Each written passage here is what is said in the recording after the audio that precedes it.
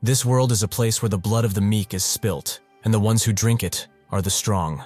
In a dark forest, a single stag-like creature is feeding, and two men are on the hunt, an older one instructing the younger one to shoot like he was taught previously. His hand quivers as he pulls back the arrow, but suddenly, a loud thud permeates through the forest, causing the stag to flee. The man begins to cry out, as Johann has just broken his very precious bow. Johann scratches his head and notes that this thing snapped way too easily. Was it not because it was too old? The old man cries as he bought that brand new exactly 1 week ago. He knew it from the moment he said he wanted to learn hunting for no reason. He is a noble, so why does he insist on becoming such a lowly profession? He could have learned swordsmanship instead. Johann tells him that swordsmanship doesn't make money until one gets hired. But whatever, they should move somewhere else. Deep in his thoughts, Johann thinks that he needs money to survive in such a rotten and depressive world. His full name is Johann Eitz, birth name Kim Johann. After dying in a tragic accident, he reincarnated in this world. Being reborn as a noble wasn't such a bad thing. However, right now, he's dead last when it comes to the family hierarchy. He will probably not inherit the name nor the wealth. If he's lucky, he won't get stripped naked and thrown out during his siblings' power struggles. Suddenly, the old man tells him to stop, as he just saw a pack of wolves, which he makes flee with one placed arrow. Unfortunately, the world he reincarnated into is a very realistic medieval era. He sees the corpse the wolves were nibbling on, thinking that this is a cruel death, to not be allowed death's rest. He wonders if it's someone from their village, and the old man cannot say, although one thing is certain, the weak are nothing but prey to the strong. Johann suspected this. To avoid becoming prey in this age, he desperately needs money. When he first arrived in this world, he hoped he would awaken with some type of amazing cheat ability, but eventually, he understood that it doesn't exist here, so he changed his goal, and that goal is money. If he has money, he can leave this territory and do whatever. He could become a merchant, or even a free farmer. Money is all that he wants. It's everything, no matter what. He will scrape off every coin. The old man finds something interesting. The medicinal herb they talked about earlier, the little devil grass, is a rare herb, excellent for stopping bleeding and boosting alertness. Before he can finish his explanation, Johann yanks it out of the tree, noting that it must be expensive, and puts it in his bag. The old man notices a pouch next to him and asks if he dropped it, but Johann says it is not his. Someone else must have dropped it. The old man thinks that's not possible. Nobody comes this deep in the forest except them. That's when he realizes, and a scream breaks out, someone pleading for anyone to help. They both rush to the scream and find a little girl climbing up in a tree, and below, a whole pack of hungry wolves. The old man recognizes that kid as Robert's daughter, Dell. Why is she so deep in the forest? The hungry wolves turn to them, and the old man thinks that there are way too many. They cannot handle this alone, so they should fall back and call someone else. Instead, Johann just sprints forward, the old man telling him that it's far too dangerous. Those are not ordinary wolves. They are accustomed to the taste of human flesh. Johann tells him it's fine. He will draw their attention while he rescues Dell. The old man can't believe this. Is he offering himself as bait just to save a mere commoner? It does seem that way. But he's actually doing this because he hit a jackpot. There are at least 10 wolves here. If he sells their pelts, he will make a fortune. He rushes in, screaming out heroically, but his swordsmanship is anything but heroic. The wolves charge in, one of them catching his blade, and clenching so hard that it shatters. The other one goes for his nape and manages to bite him roughly, the old man screaming out for him. At the same time, within the Eitz territory, the Baltroden village, the Eitz family's territorial inspection procession is passing through. The villagers are poor and dirty, malnourished, showing the inability of those who were supposed to rule them. The concubine, Madame Eitz, covers her nose. The first son, Philip Eitz, looks at the people, clearly saddened by their state. Finally, the lord of this territory, Gazen Eitz, is drunk as always, and notes that it stinks. This countryside really is cursed. Philip approaches his father and notes that Johann is nowhere to be seen. He can't believe he dares to be absent during the inspection. Shall he send soldiers to find him? Gessen tells him to forget it.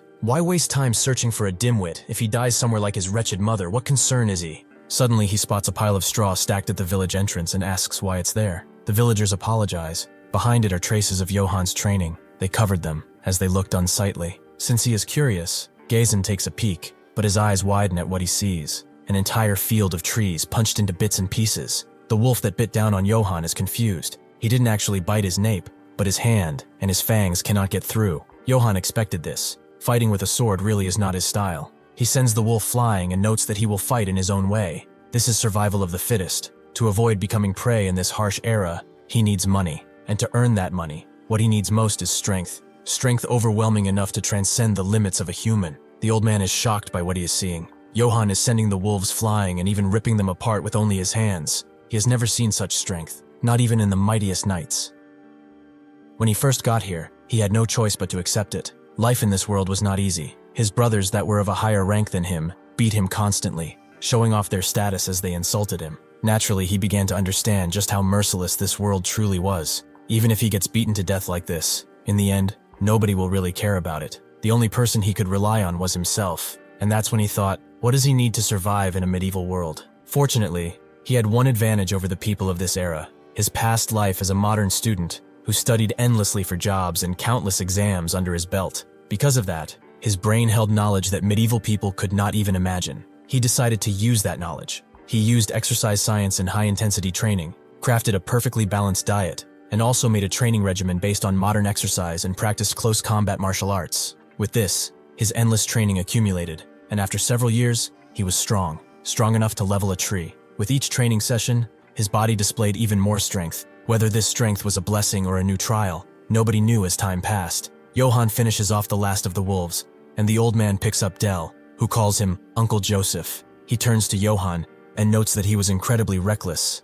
That was extremely dangerous. Even so, to think that he would step in front of flesh-hungry beasts without hesitation for the sake of a mere serf. He was moved by this action, and he expresses thanks on behalf of all the villagers. Seeing Johann celebrate his plunder like a pirate, though, he retracts his statement. Johann eventually turns to Dell and asks if she's all right, and she thanks him for saving him. But before she can say more, her heart freezes, as she's the only one who sees what is behind them. They both turn around to find a gigantic, fiendish wolf standing over them. Joseph believes that a monster exists and tells Johann that they have to go. A beast of that nature requires an army to defeat. Johann thought this world was just a normal, run-of-the-mill medieval world, but there were monsters here. He guesses this is their leader. He apologizes for killing all his underlings. Wolf pelts sell at a high price, so he hopes he understands. The beast growls at him, and Johann can sense it. This thing is seeing him as prey. However, that doesn't matter to him. He dodges out of his bite and picks up a hard rock, throwing it directly at the eye of the beast, giving it a scar right on its right eye. Johann didn't want to actually scratch its hide. The price will drop.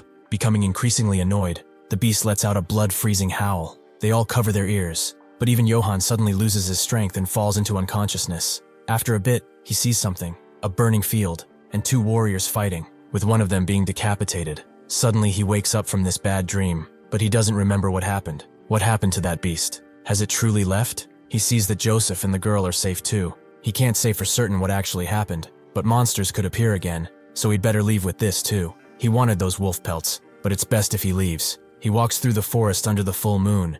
He gets to the village and sees that it's still bright. Maybe they are searching for Dell. Even if he didn't mean to, he did save her. So maybe he gets some points from his father? Perhaps he will name him his successor after all? Yeah, no way would happen. But at least he should get appointed to the guards. He wouldn't have to worry about food anymore then. Suddenly he sees a torch and a bunch of people in front of him, with Philip in the front. He demands to know where he has been. How dare he disappear on the day of their father's inspection?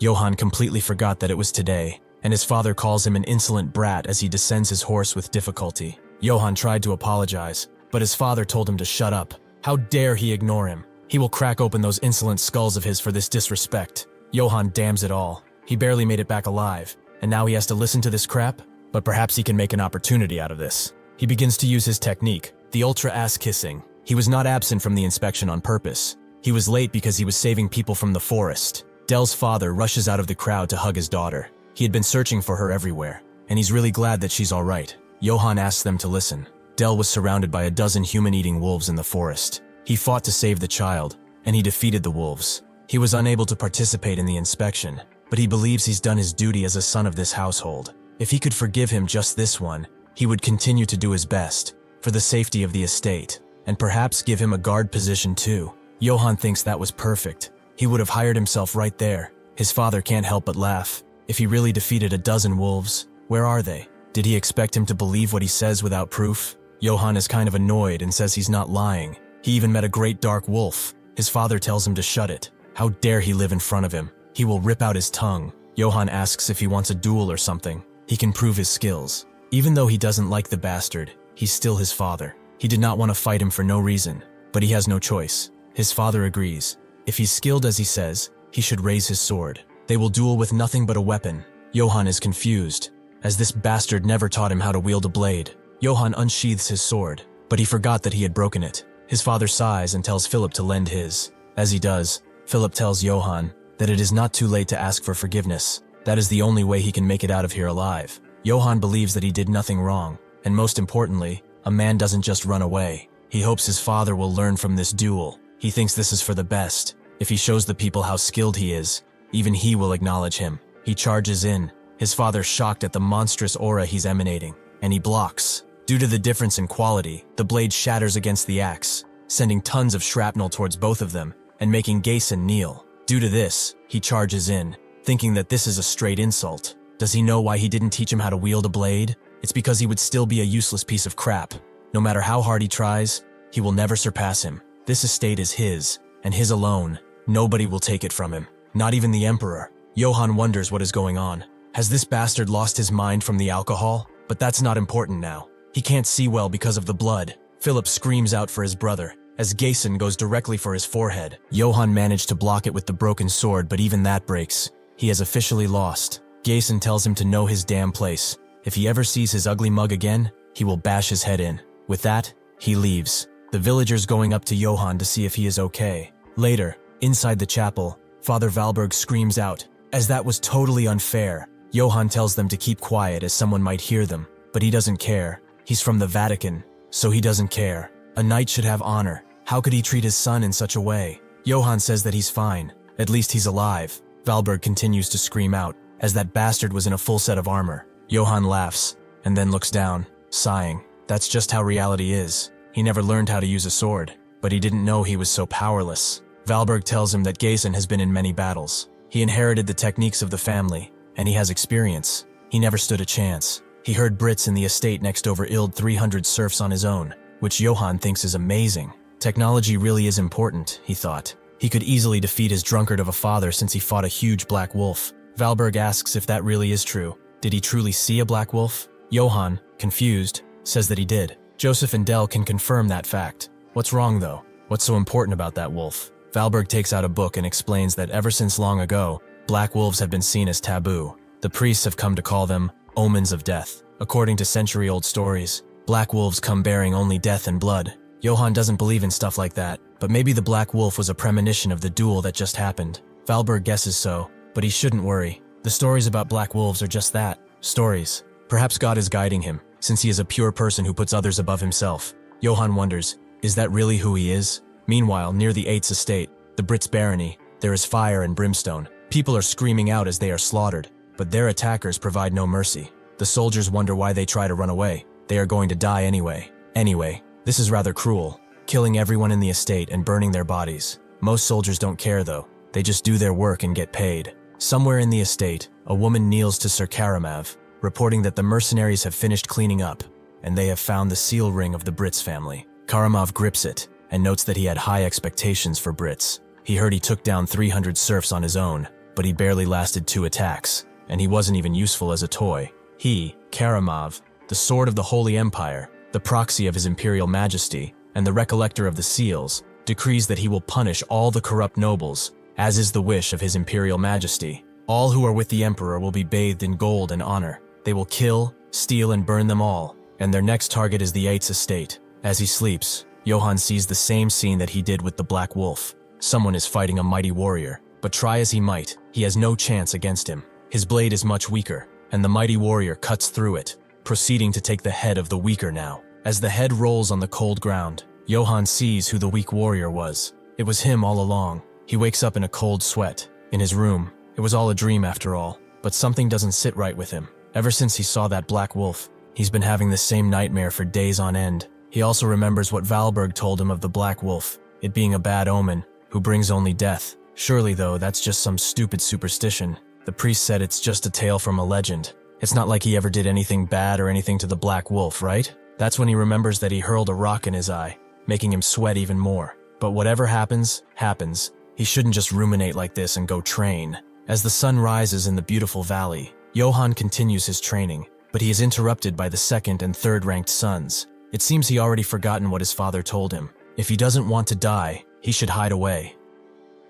Even after they beat him senseless, he crawls out again, barking like a dog who can't do anything. He's acting tough, like breaking a log is impressive, but that's just a lowly trick. as a lowborn like him couldn't possess any real strength. As he hears this, Johan smiles and rips apart the tree he was beating, making the two shocked. He looks back and asks if they said anything. They should come closer and repeat it. They run off, promising to tell father everything, and Johan wonders how they can live with so little thought. They ought to prepare to make a living. Whatever, he shouldn't worry about them and go back to training. Suddenly Philip arrives. Noting that it's true their father has no intention of appointing him to any position. Johan figured as much. He still didn't kill him, so it could be worse. Philip thought he would be disappointed, but Johan doesn't really care. He will find another way to make a living. Philip tells it how it is. Their father fears him. He is undeniably strong, very strong, and that strength is a threat to him. He wants obedient children like him, but he is different. He insists on living by his own principles. He believes that one day, his strength will take everything away from him, just as he overthrew his grandfather. Johan thinks that's nonsense, and Philip tells his serf to bring that here. The serf takes out a set of gear, a plain surcoat and a longsword, along with a spare set of chestplate. Philip knows he set his eyes on them for a long time. He is not like their father. He is not foolish enough to discard a person who is capable. That is why when he becomes lord in the future, he will appoint him as the captain of the guard. Until then, he should not neglect his training and stop causing trouble. Johan tells him he's never the one who causes trouble first, but Philip just flips him off. Johan looks at the armor. It's the one from his dream. If he wears this, will he die in the same way? However, for some reason, he feels he can overcome it, though he has no proof. Whatever the case, he will need equipment if he wants to win. Later that day, inside the tavern, people share stories about Johan, how he killed 50 wolves, how he's righteous and pure, the model of a true knight. They do believe he's more knightly than that fatty Gezin, with a stranger listening intently to all of this. One of them tells him to drink as much as he can muster today, as drinks are on him. He's giving out drinks because Johan saved his daughter, like the righteous person that he is. The villagers ask who he is. They haven't seen him around. The person laughs. They were insulting their lord in front of a stranger, and it seems that they are not afraid of anything. He finds their story interesting, however, so he wants to know more about this Johan of theirs. He skips happily through the town. Philip will appoint him guard captain after all. He's on the Golden Road. Suddenly he sees someone who is clearly drunk, and as a future captain, he cannot ignore a citizen. He closes in and notes that he will escort him home, as he will definitely catch a cold if he stays here. Suddenly, he feels something cold closing in, and a sharp blade is held against his neck, taking him by surprise. Johan wonders who he is. An assassin sent by Gezin? If it were that, though, he would come to the end of it himself. Who is this madman? Philip wouldn't do this, right? He cannot even guess who he is. Johan asks what he wants. Is it money? He will give him money. The assassin notes that he has more than enough of that. He just wants to ask him a question, and if the answer is not wise, then he will end his life right here. Johan is shocked at first, but he gets a grip eventually. He made it to round 2 of an interview with a major corporation once, but he has to answer perfectly to survive. The man begins, noting that he has a good body. It's hard to believe he's the son of that pig. Is he truly Gezin's son? Johan wonders just what kind of question this is, but he doesn't make the rules here, so he answers like he would in an interview. Sometimes, a lion can be born from a pig's bloodline. The assassin stays silent, making Johan think that this is the end, but suddenly he laughs. That answer is quite to his liking, it seems, and since it's to his liking, that means that he is now his. Johan's eyes widen, as what does that even mean? This assassin is Kegel. He is the Empire's greatest assassin and the Nesso's guild poison master. He perfected his swordsmanship through countless assassinations, and because his movements were akin to a serpent, he later became known as the Venomous Serpent. However, even though someone like that had problems, he could not find a successor to inherit his swordsmanship. He searched everywhere, but only worthless insects who could never succeed him were all that he found. Some showed potential, but they refused to learn from an assassin, so he ended their lives. More than 30 heirs of knightly families died at his hand, all choosing death in the name of honor. Growing impatient, Kegel sought the Witch of the Empire,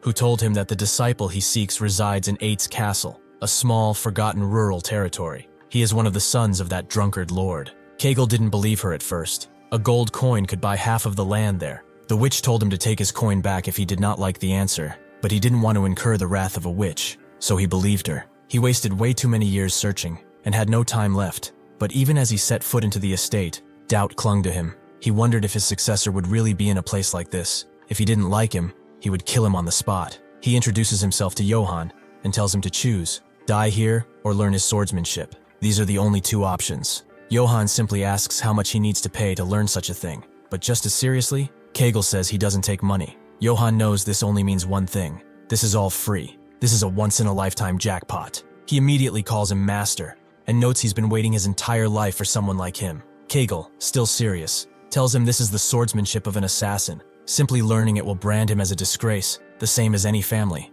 Johann doesn't care in the slightest. He just wants to be taught. Kegel accepts, thinking that this is a first, and Johann also notes that he mentioned he has coins. So if he learns well, could he get an allowance? Kegel doesn't know how to answer that. This brat really is something else. At the castle, Gayson leaves, since the inspection is done. Both the concubine and Philip say they will take care of the castle, causing them to bicker. The concubine notes that no matter how much he struggles, the castle will be hers, and Philip tells her he will be the next lord. Gayson is sick of them arguing all day, and tells them to do anything at this point. He doesn't care. Philip notes that Johann has not returned. What should they do? Immediately, Gayson screams, telling him not to waste time on him. The death of a weakling is of no concern to him. Philip understands and apologizes, but thinks about Johann, and wonders what he is doing. At the same time, near the forest, Kegel wants to see how skilled he is. Johann asks to borrow a sword, as he breaks them often, and Kegel hands him one. This answer makes him think that Johann is reckless. There isn't a single thing he likes about him.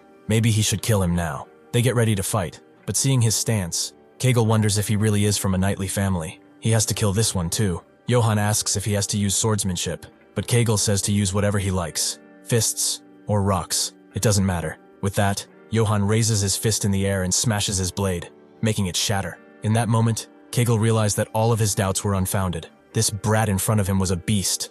He can't believe the air pressure he exudes just from a mere punch. If that were to hit him, all his bones and muscles would be crushed. He is not fighting a human anymore, but a beastly lion. However, a lion has nothing on the agility of a snake. Johann can't figure out where his blade is going because of his technique, and gets hit squarely in the face with the hilt of the blade. Kegel expected at least for him to pass out, but this is ridiculous. Had he been born 1,000 years earlier, he would have been revered as a legendary hero. Johann thanks his master, but he is not done yet, as he has a critical weakness. If he keeps going like this, eventually, he will die. Johann sits up and asks what he means, so Kegel tells him. It's obvious he cannot control the strength he possesses, and that will eventually kill him. Johann doesn't believe it. It's not like he's attacking himself. In response, Kegel pulls out another blade and tells him to charge in again if he is so confident. If he manages to break his sword, then he will give him gold. Hearing this, Johann immediately rushes in, clashing blades with Kegel, but his blade immediately shatters into small pieces. This is just like when he was fighting his father.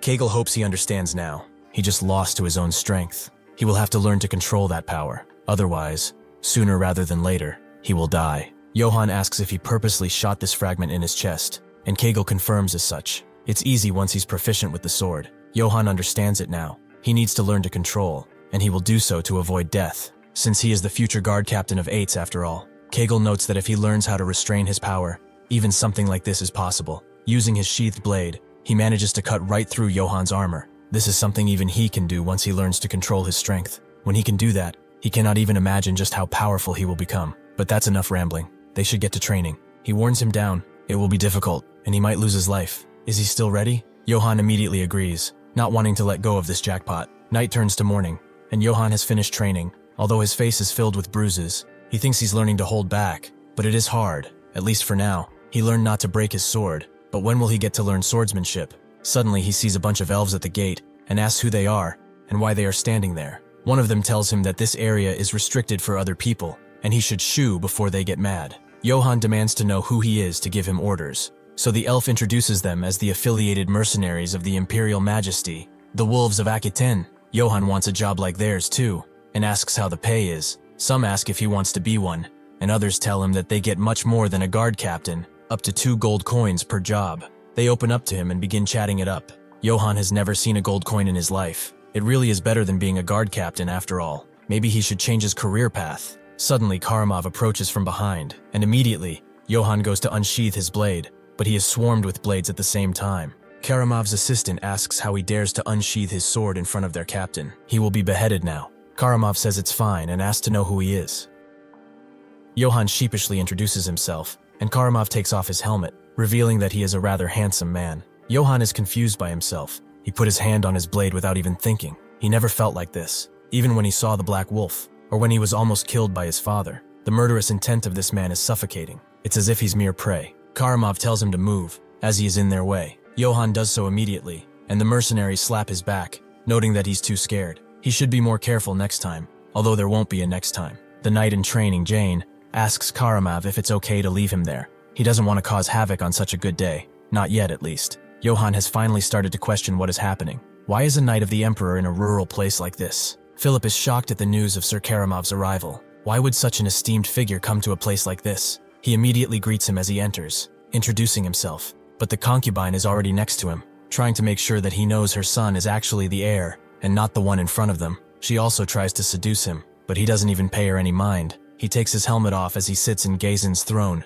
and demands to know where he is. Philip tries to tell him that no matter how great his reputation, addressing him like that is improper. The concubine thinks otherwise. He is the Empire's greatest knight, and there is nothing wrong he could do, especially by calling Gazen like that. Philip can't believe how cunning this woman is. She's trying to seize an opportunity to push her spawn as the next lord. Suddenly, Karamav demands they remain silent and get lost. The servants will bring him the finest alcohol they have, and until Gazen arrives, he will wait inside this castle. Johann continues his training, but his mind lingers on Karamav, and Kegel screams at him to focus, as he's just thrown a bunch of knives. He has time to deflect them, but one almost goes into his neck. If the daggers he threw at him were laced with poison, he would have died. Why is he not concentrating? Johann explains that recently, knights claiming to be the Emperor's personal knights came to the village, and something feels off. This is the Eights family territory. No matter who they are, even Imperial knights shouldn't be able to shut the gates and control entry like that. Kegel asks why he even cares in the first place. Karamav is the Emperor's direct knight. He is the strongest warrior on the continent, the core power of the Holy Empire, and even the armor he wears is something legendary. Johann asks if he is stronger than he is, and Kegel notes that if he ever had to face him, he would just turn around and run without hesitation. Johann tries to say that the results of a fight can be known only after fighting, but Kegel tells him to shut up and know his place in this world. Right now, he cannot even control his own strength. He's just a dim-witted brat that doesn't know how to wield a sword. Johann grips his blade tighter, noting that he will do it, making Kegel sigh and then tell him to charge. With that, the training continues, Kegel screaming at him to do it again every time he fails. Johann wonders why it's not working. It's not even a real sword, just a scabbard. But why can he not cut it? Maybe it's the flow of strength. He shouldn't just swing blindly. He should transfer the flow of strength and concentrate it at the sword's tip. As he continued to swing, Johann began to understand what it means to control his strength. Kegel realized this too. His sword was becoming sharper and faster. Johann finally got it. If he tempers everything he learned so far with the proper amount of strength, then he can cut, just like his master does. Sure enough, he cuts through the scabbard and the blade, making him extremely happy. He celebrates and notes that it wasn't that hard, making Kegel think that it must have been luck, so he tells him to come again. This time, he will not hold back either. Unfortunately, it wasn't just a fluke, and he fell on his back against Johann's attack. He has never seen something like this. Just what is this brat? He clearly taught him nothing but how to control his strength, yet he can freely use the secret sword technique Serpent Tongue. He perfectly absorbed it after just briefly encountering it. He's even using it more perfectly than he. The experience of this old assassin told him this. Unless a miracle happens, Johann is already someone he cannot defeat. The strongest assassination guild of the Empire was put to shame by this absurd brat. He explains to Johann that his teachings end here. He will be leaving at sunrise. Johann notes that he only just got the hang of using a sword. He's just ending it like this. Kegel tells him he already has everything he needs. As much as he hates to admit, he's become stronger than even him. He's satisfied as long as his swordsmanship does not vanish and continues. Now he should go and live his life how he sees fit. He's worked hard until now, so congratulations are in order. As they sit at a campfire, Johann asks if he's really leaving, which Kegel confirms. He was never one to stay too long in a place. Johann asks if it's because he's an assassin, but it's more of a personal trait than anything. Johann also asks if he knows anything about ominous signs, and Kegel asks if he means the Black Wolf, which he does. He only recently encountered one, and afterwards, he dreamt that his head was cut off. So when he first came for his head, he thought he was the Omen. Kegel notes that if he had killed him, then that would have been an ominous sign. Ill fates do not arrive in fixed shape, so before he leaves, he will give him some advice. First, he should find a weapon suited for his strength. He will need at least Dana steel to withstand his power. That is a metal imbued with magic, existing only as a legendary relic. Its method of creation has been long lost, and it can only be mined from ancient ruins. Because of that, weapons made from Danas are extremely rare. Only a few exist in the entire world. Johann notes it must be expensive, and Kegel confirms as such. If he were to save his entire life, he couldn't afford it. Johann asks why he recommended it, but Kegel just wanted to tell him to find a good weapon. Johann asks if he's hiding his true intentions because he's an assassin, and Kegel denies it. Why bring up the profession in everything? Even its color is unusual for Dana steel. If he ever sees someone wearing that, even from far away, he should just run. If he doesn't know his limits, he will not live long. Johann will keep that in mind. But is he leaving now? Before doing so, Kegel leaves Johann with one last piece of advice, which he should etch in his very soul. He should not fight opponents he cannot beat. If it's dangerous, he will run. If he must fight, he will use any means to kill the enemy without fail. If he follows this, he is unlikely to die, and he shouldn't, as now, his legacy rests upon his shoulders. Johann does think on those words and memorizes them perfectly. He will follow them for as long as he lives.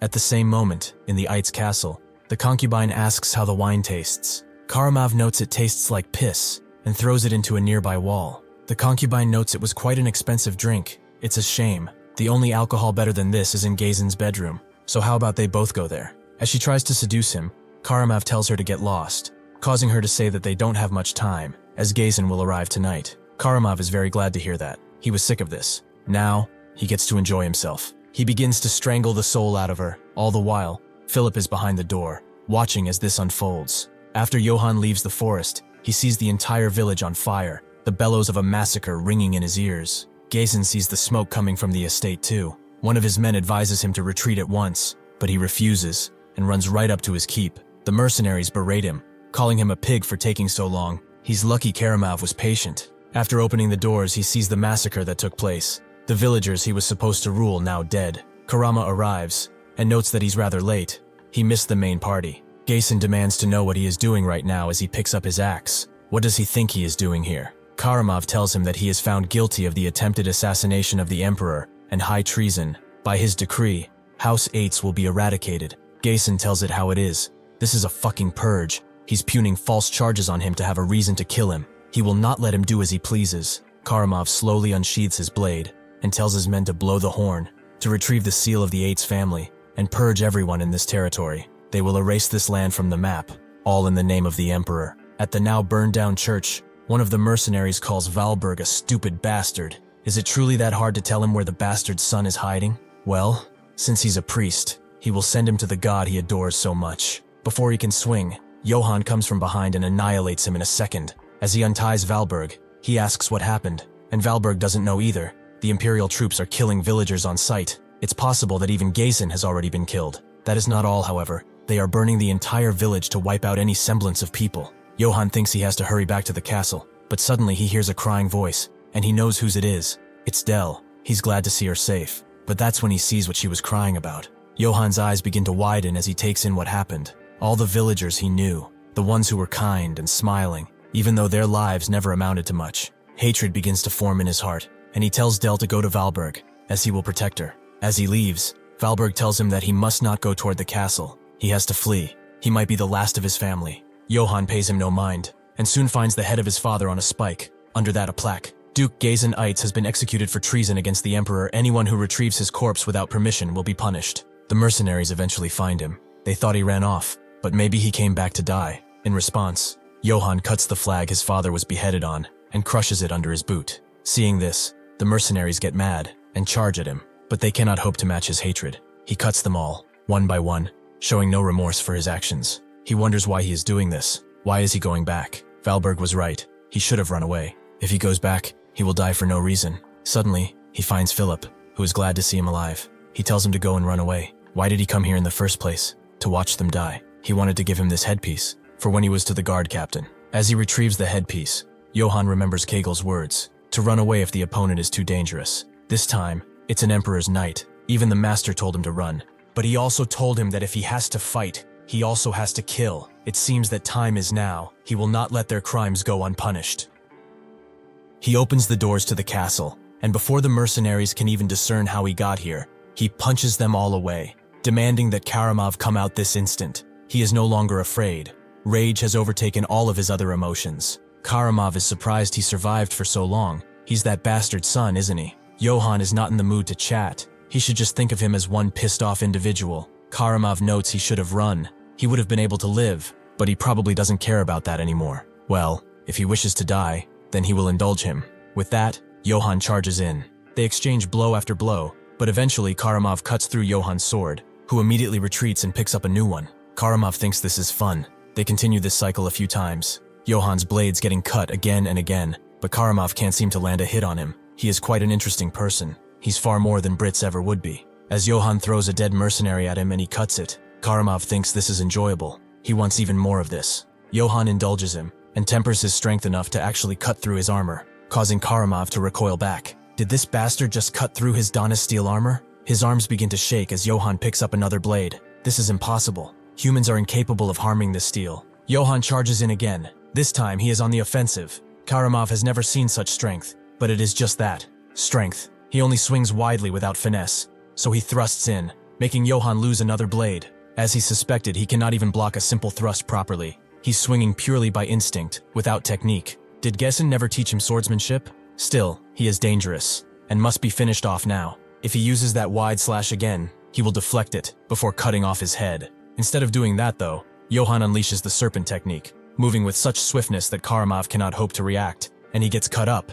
In this vulnerable position, Johan is also able to punch straight through his invincible armor, causing Karamov to gush out blood. He falls on one knee, barely able to hold on. He recognizes this as Kegel's technique. This bastard was hiding his true skill all along. He let his guard down, damn it. He continues coughing blood, the wound proving to be almost fatal. Johan, knowing he won, drops his helmet and asks why he did this. Karamov explains that this was for his Imperial Majesty. The Holy Empire is now more unstable than ever before. His Majesty has unsheathed the Imperial sword to correct it, the sword known as Mavkara. As he coughs again, he begins to laugh, as he is moved. For decades he has crossed countless knights, but never has he encountered someone as strong as he. He should come with him to the Empire.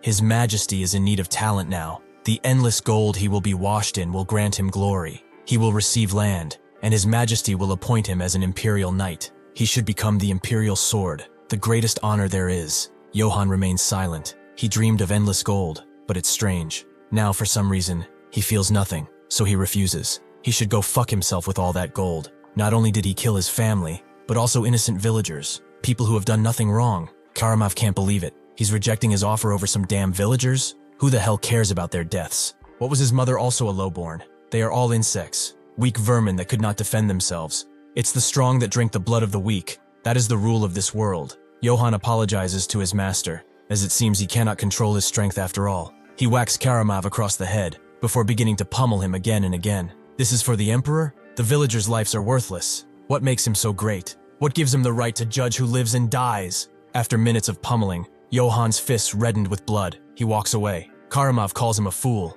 He should have taken his offer, but now it's too late. The one who broke the Emperor's sword will know only suffering from this point on. Johan looks at him, and with that, Karamov stops breathing. This world accepts death so naturally. To survive, all he ever thought about was money. However, they slaughtered everyone in their territory, his family and neighbors, all butchered. Even if the whole world becomes his enemy, he did what had to be done. He will never regret what he did, no matter what anyone says. This is his will. This is how he will live. The knight in training, Jane, arrives at the scene and asks one more time, is what they said really the truth? The mercenary who survived says that, without an ounce of falsehood, it is the truth. She must believe him. Suddenly he barged in, beat up all the soldiers, and then took Karamov's head with just his fists. That was the last they saw of Karamov. Jane doesn't understand. If that is the truth, then shouldn't Karamov's corpse be here? How does he expect her to believe such nonsense in the first place? The mercenary doesn't understand either. However, he did see it. One of the healthier mercenaries tells her that the pursuit party is ready, so she relents and says she will be there shortly. After going out, she goes to the gathered troops and gives out one order: to hunt their attacker down and kill him. To kill Johan Eitz. He is a filthy traitor to his own bloodline, and the one suspected of murdering their Sir Karamov. They will hunt him down and bring him back to her no matter what. Johan continues fighting through mercenaries as he carries Karamov's body. Even with this limitation, he is still efficient with the blade. Jane continues. It is believed that he can tear through Danis's steel with ease. They should never face him on his own, and think of it as hunting a dragon. They will seal off every road around the territory, and drive him relentlessly, until he is exhausted. They must bring his head to the Majesty, no matter what. Before passing, Philip told Johan that about 500 paces northwest of the hunting grounds, he would find a stable, and there a warhorse he could flee on. Johan eventually arrives at the stable Philip mentioned, and he's exhausted. He really thought that this was the end. He thought hiding Karamov's corpse would stir up confusion, but the pursuit party caught up much faster than he expected. Still, since his armor served as a makeshift shield, he should probably keep carrying it until he's completely shaken them off. He opens the stable, and sure enough, he finds Gessen's warhorse, the last gift of his brother. With this guy, He should be able to rest a bit on horseback at least. He should also give him a name, and he knows of the perfect one, and that is Philip. The mercenaries swiftly get to him, however, and since they saw something glowing, that thing probably being Dana's steel, they will search every inch of the area, as they are sure to find him. Suddenly, some of them begin to hear hooves, and sure enough, Johann dashes through them on horseback. The mercenaries try to shoot him, but the armor keeps him protected, and so, Johann rode his horse throughout the night, quickly losing the pursuing party, and arriving deep within the Black Forest. He figures this should be deep enough, even though he was a twisted man. Not burying a person just doesn't sit right with him. In any case, his armor really does look quite expensive, and this blade too. It's light yet solid. This sword is made of Dana's steel too. He unsheathes it to reveal an ancient imperial script. It is the one who recovers crests, the crest recoverer. It's probably referring to the family crests, making it sound much more ominous. He will take the blade with him for now, and bury the armor. It's a waste, but carrying it around won't help him in the slightest. He will definitely come back for it later. He finishes burying that, and he's clearly winded. He knows that once word of Karamov's death spreads, the entire empire will be after his head. The countless knights who followed him will try to avenge him. His words cut deep, but his life was already just suffering long before this. What should he do now, though? House 8 is finished, and he didn't manage to bring a single coin with him. His arms are still trembling, so he should rest for a bit now. Suddenly, he detects a presence behind him, and he turns around as the Black Wolf has arrived. Out of all times for it to show up, did it have to be now, when he's spent? In such a condition, he knows he stands no chance. He can barely hold his blade as is. He needs to get to the horse somehow. Suddenly, the mercenaries scream out that they found his horse, meaning that he has to be nearby. Johann can't believe it. How are these bastards here? They even detected him. What can he do now? There's a monster in front of him, and an army in the back. He has no room for escape. Does this mean that this is the end? The Black Wolf surprisingly jumps past him and shreds his pursuers to pieces, making Johann confused as he watches. Perhaps it did not see him? Well, that's not important right now. This created a path for him. This is his chance. Even if he can barely move, he will have to push through. He rushes towards his horse, and in one swift motion, mounts it and dashes away. He remembers his life up until now as he rides, the memories he made, the training that he did, and this land, his brother that he will never see again. Farewell, Eight's village. After the Black Wolf is done with the mercenaries, it watches him dash away, the purpose of its actions unknown.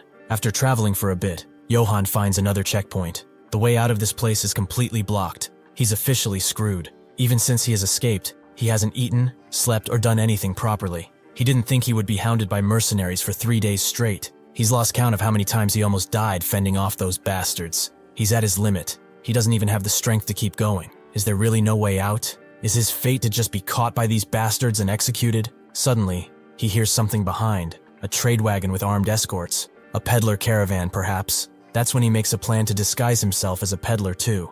If he looks like a part of their group, he will avoid suspicion and get through that checkpoint with relative ease. The peddler is called Eldons, and he is of the Katana Trading Company. Suddenly one of the guards, Kane, notes that they seem to have some heavily armed cavalry up ahead, and they don't seem the friendly type. That's why he suggests they prepare for battle. Another mercenary, Gamson, asks why the big fuss over a guy on a horse. If it comes down to it, they are 9 against 1. Goran tells him to look closely. He's fully clad in armor and riding a warhorse, unlike them. On top of that, he's wearing a plate helmet and breastplate. Kai has also spotted what the sword he's carrying is. That purplish sheen is definitely Dana's steel, no doubt about it. If he swings that thing down, their armor will be gone through like butter. They could get wiped out if they strike, but Gamson thinks that's a bit much. There are 9 people here. They should be fine.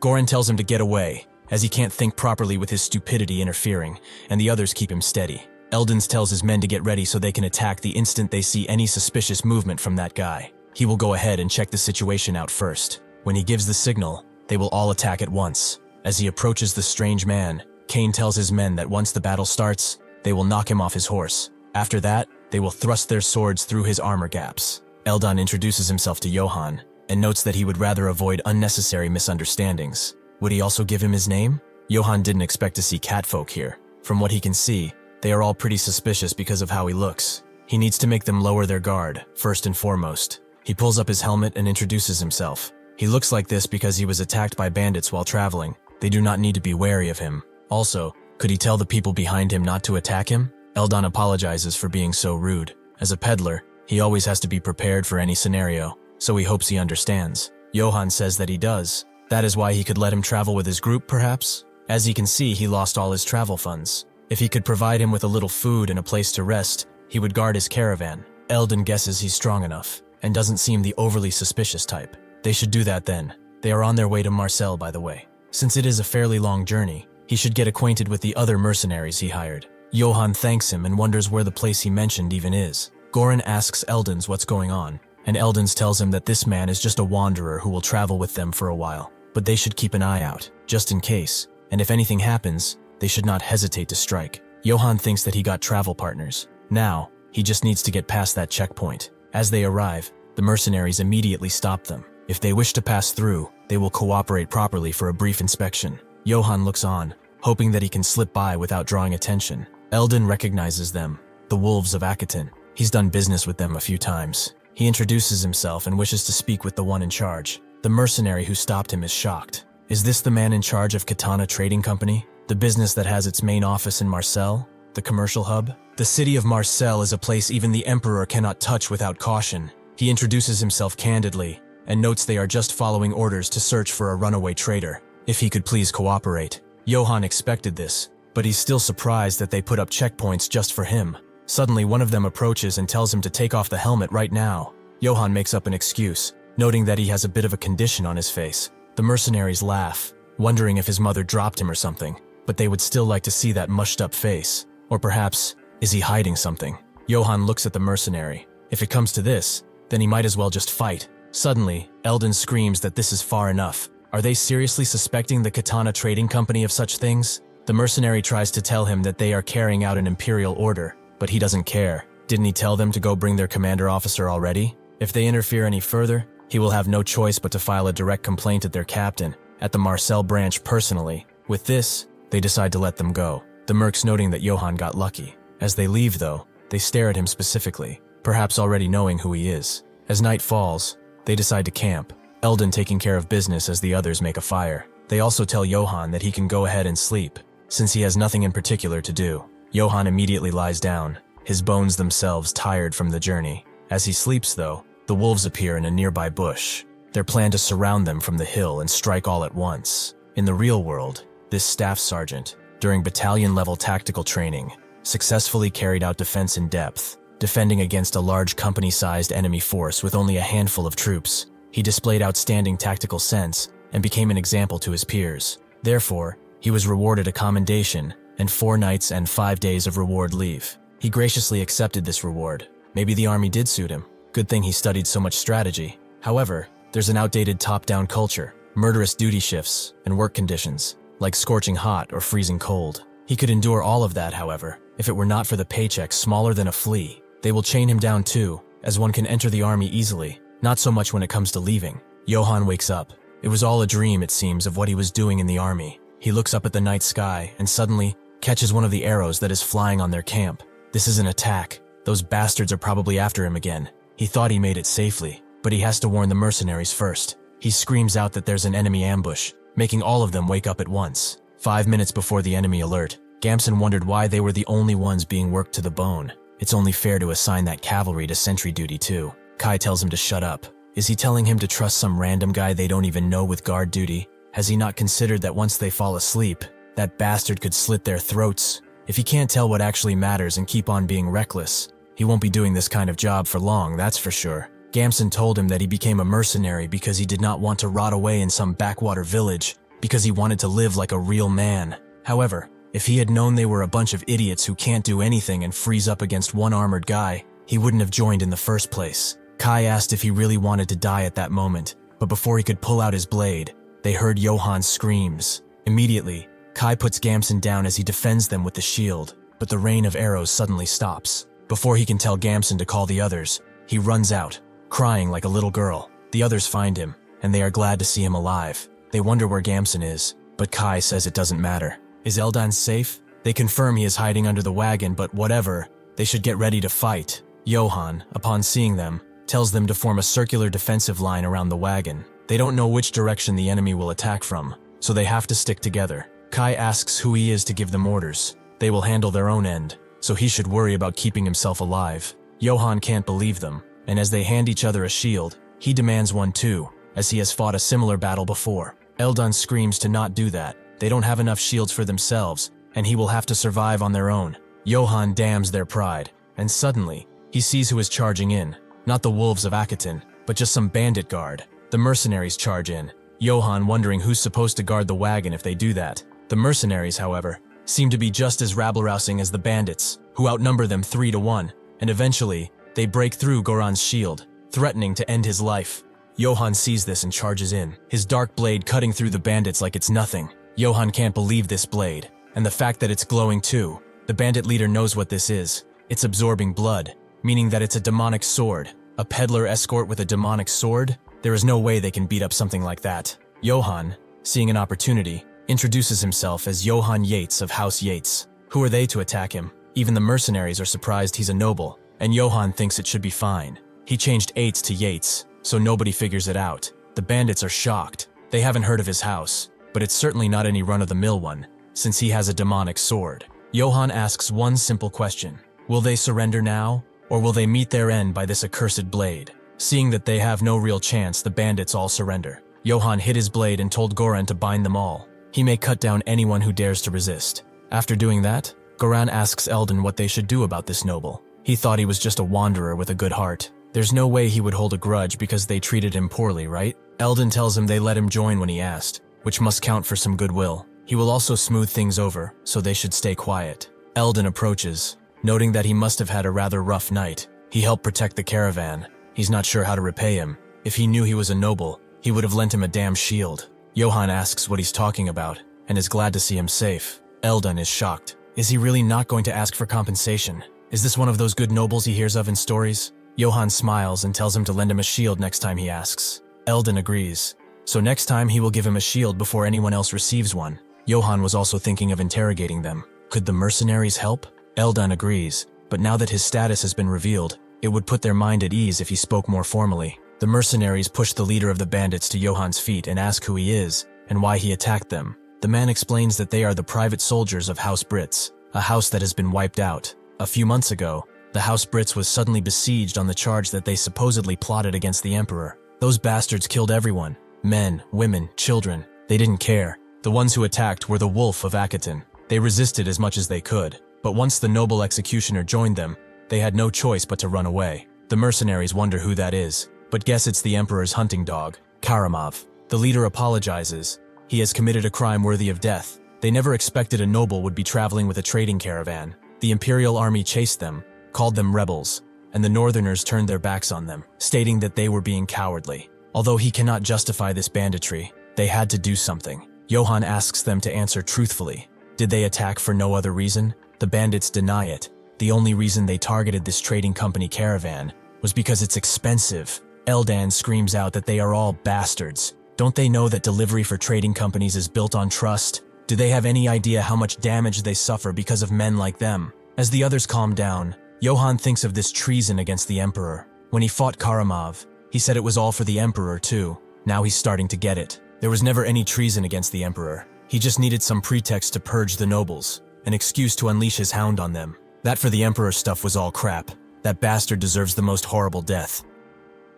These guys are just in a situation similar to his. They are victims of power, of circumstance. With that said, they indeed became bandits, so he's not really sure what to do with them. Kai asks him too. If he gives the order, they can beat the life out of them to spill more. Johann denies that they have all the information they need. Suddenly, Gamson arrives and says that they should beat them to death, but Kai deflects his mace. They all surrendered to Johann. They do not have any right to punish them, especially not him, who abandoned his comrades and ran away. He agrees, and the bandit leader begs to spare his men. They will never do anything bad again. They just want this mercy, only once. Kai notes that if he says the word, they will be executed on the spot. As the sun rises, Johann tells the mercenaries to disarm and let them go. As they look at him, Gamson asks if he's letting these lowlives live just like that, but Johann tells him to listen carefully. He understands their circumstances. They probably have not done any work other than wielding weapons, but even so, robbing caravans is not acceptable. He too only learned skills to survive. Eldon is even more surprised, a noble learning skills.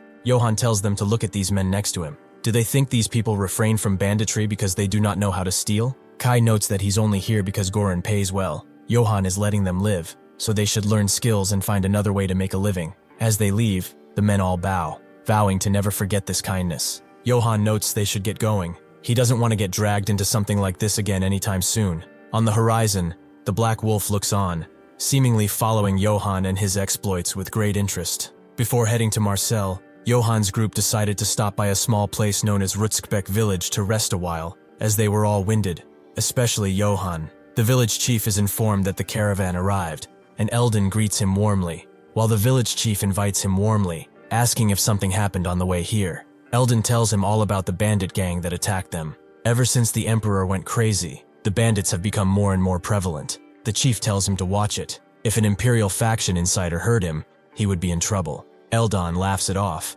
and notes that they were able to transport the goods safely. It's all thanks to the noble who traveled with them. The chief had an encounter with a noble too some few weeks ago, but it turned out to be a nobody pretending to be one, so he beat him and chased him out. Eldon laughs, as he's still acting recklessly despite his old age. Well, he doesn't need to worry. This noble is brave and uptight. Even after he protected them, he didn't ask for any reward. The chief can't believe something like that, but this old fox is not the type to lie. With bandits everywhere these days, simply having a night stay here would benefit the entire village. This is a true statement in this era, as a proper knight is strong enough to slaughter an entire warband, making them a great help for public safety. This is perfect timing since he's here. How about he stays a few weeks and gets some true rest? He said himself that bandits are getting out of hand. Eldon notes he can't impose on him like that, but the village chief doesn't believe they can't impose on each other. Eldon knows this wrinkly bastard is trying to snatch his companion away, and the chief knows this fur carpet is trying to get in his way. Meanwhile, the valiant knight they are fighting over is slumped below a tree, very hungry, looking like a beggar. Suddenly Gurren arrives and gives him a bag with the money they seized. They sold off all the bandit property. It's not a fortune, but it's a decent amount still. Johann asks if he really didn't take any for him, and Gurren notes that he was the one who captured them. So naturally, no. Johann looks at him and gives it back, telling him to split it with his men. Gurren believes this is far too much. They surrendered to him. It only makes sense that the bandit money should be here. Johann already took his share, and really, it's completely fine. He thinks it's not fine in the slightest. It hurts to give up the money he got with his hard work, but compared to running at the wolves of Akaton alone, spending some money to stick to them is a lot better. He also notes that he didn't fight himself. They fought together, which means they are now comrades in arms. With that, he leaves, and Gurren is completely touched, as this is a true knight, a knight who cares for the ones below him. With that, he goes to his mercenaries and notes that Johann has shown generosity to them and distributed the proceeds from selling the spoils of war. They should form a line and come forward to receive their share. The mercenaries can't believe it at first, but then cheer for Johann, calling out his name throughout the night. Later that night, as Johann sleeps with his blade, someone crept the door open, putting out the candle in his room. It seems to be an assassin who is ready to strike.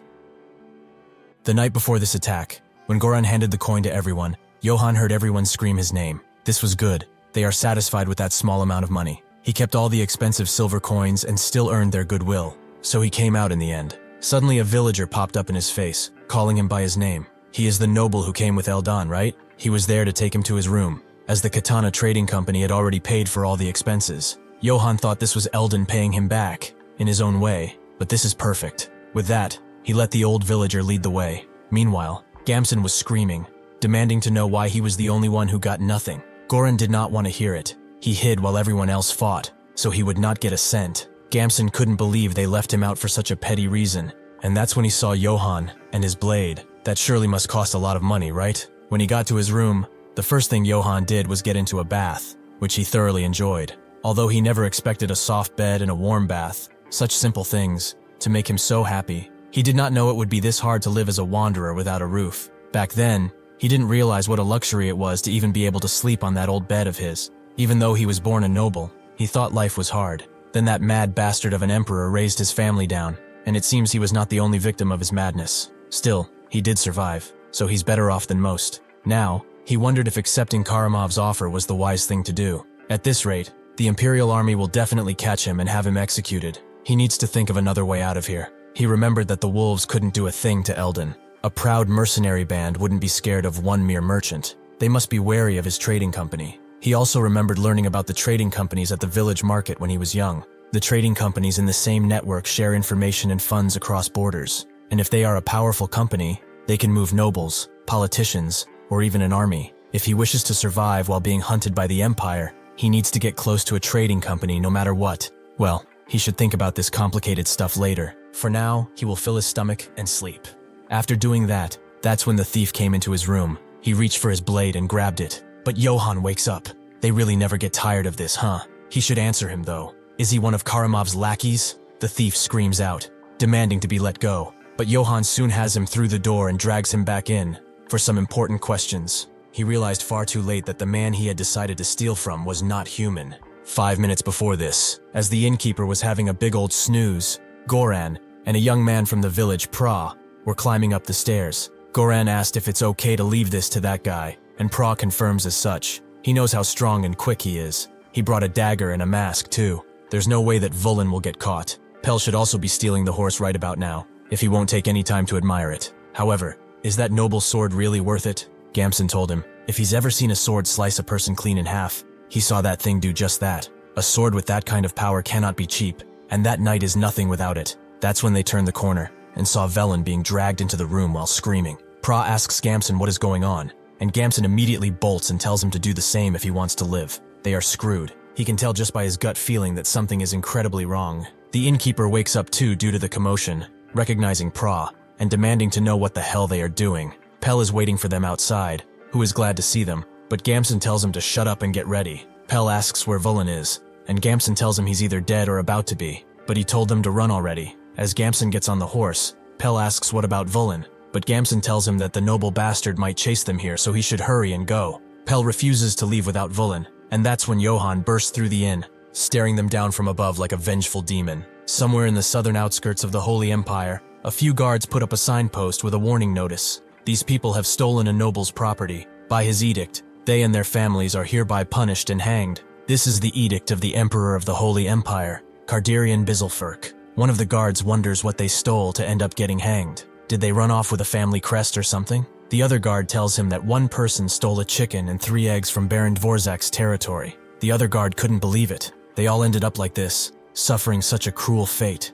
just because of some chicken. While Eldon is enjoying his meal, one of the servers notes there's a problem. Gamson from the mercenary band got caught trying to steal Johann's belongings. Eldon immediately chokes and acts surprised, but then sits back down. He was hoping to talk to Johann about traveling with them up to Marseille too. He calmed himself, and told the server to tell the others to capture Gamson post-haste. The rest of them will act as if they have nothing to do with it. The server is surprised by how calm he is. The Katana Trading Company is not prestigious for nothing after all. Eldon knows that nerves won't do him any good in this situation. He experienced a lot to get to where he currently is, and he will get through this. He will not die over something like this. He should think of a way to deal with that noble, though, just in case. As the village meeting comes to an end, a young man rushes in, explaining that the troublemakers of the village got caught trying to steal the noble's belongings. The village chief smashed the table, and the young man asked what they should do. The village chief told him there's one thing to do: gather tribute to offer to that noble. They will throw in one of the slaves they've been holding at the village, too. Additionally, they should prepare to execute the troublemakers in front of the noble. They all rejected the idea, as those kids were their own. He shouldn't decide their fate like that. The village chief immediately smashed his chair down, demanding to know if they were so fucking stupid as to not understand the situation. Have they forgotten the edict of the emperor? They have to make the first move before the noble does. That is the only way to survive. Those who covet a noble's property may have their tongues cut out, along with all their immediate family members, or be sentenced to hanging without trial. Some places had entire families wiped out because of his edict, simply because they demanded 1 chicken and 3 eggs in place of unpaid wages. All nobles are like this. Now what do they think that the nobles their brats messed with is going to do? They have offended a noble, so he will punish them. He might even cut off the hands of everyone in the village while babbling about honor. One of them says this is Count Jarpen's territory. No matter how great his house is, they could ask for help.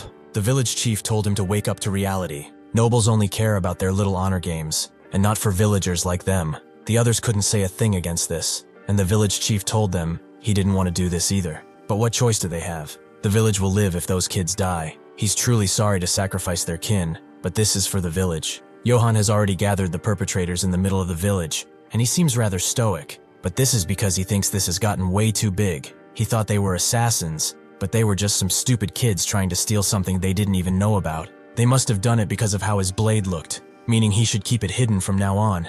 It's partly his fault for even carrying it out in the open like this, so he will scare them a little, and let them go afterward. The village chief comes up to him and asks if he is all right. Johann immediately says that he is not. It seems that in their village they welcome sleeping guests by putting a blade to their throats and robbing them. Is that it? The village chief immediately smashes his head on the ground as an apology. This is his fault for failing to keep those idiots in check. Johan thinks that's enough of a scare and tells them to be careful next time. They all may leave now. Suddenly, though, the village head pulls out a dagger and announces he will personally make up for it by cutting off their heads in his honor. Johan thinks this lunatic is making the situation even worse and tells him to stop, but the village head refuses. Those who have sullied a great knight's honor deserve only death. Vulin begs to be spared, but the village head still swings, some of the villagers not being able to look at this grotesque act. Suddenly, Johan smashes his blade into the ground and asks if he has something in his ears. He will stop this instant. The village head freezes in fear, along with everyone else,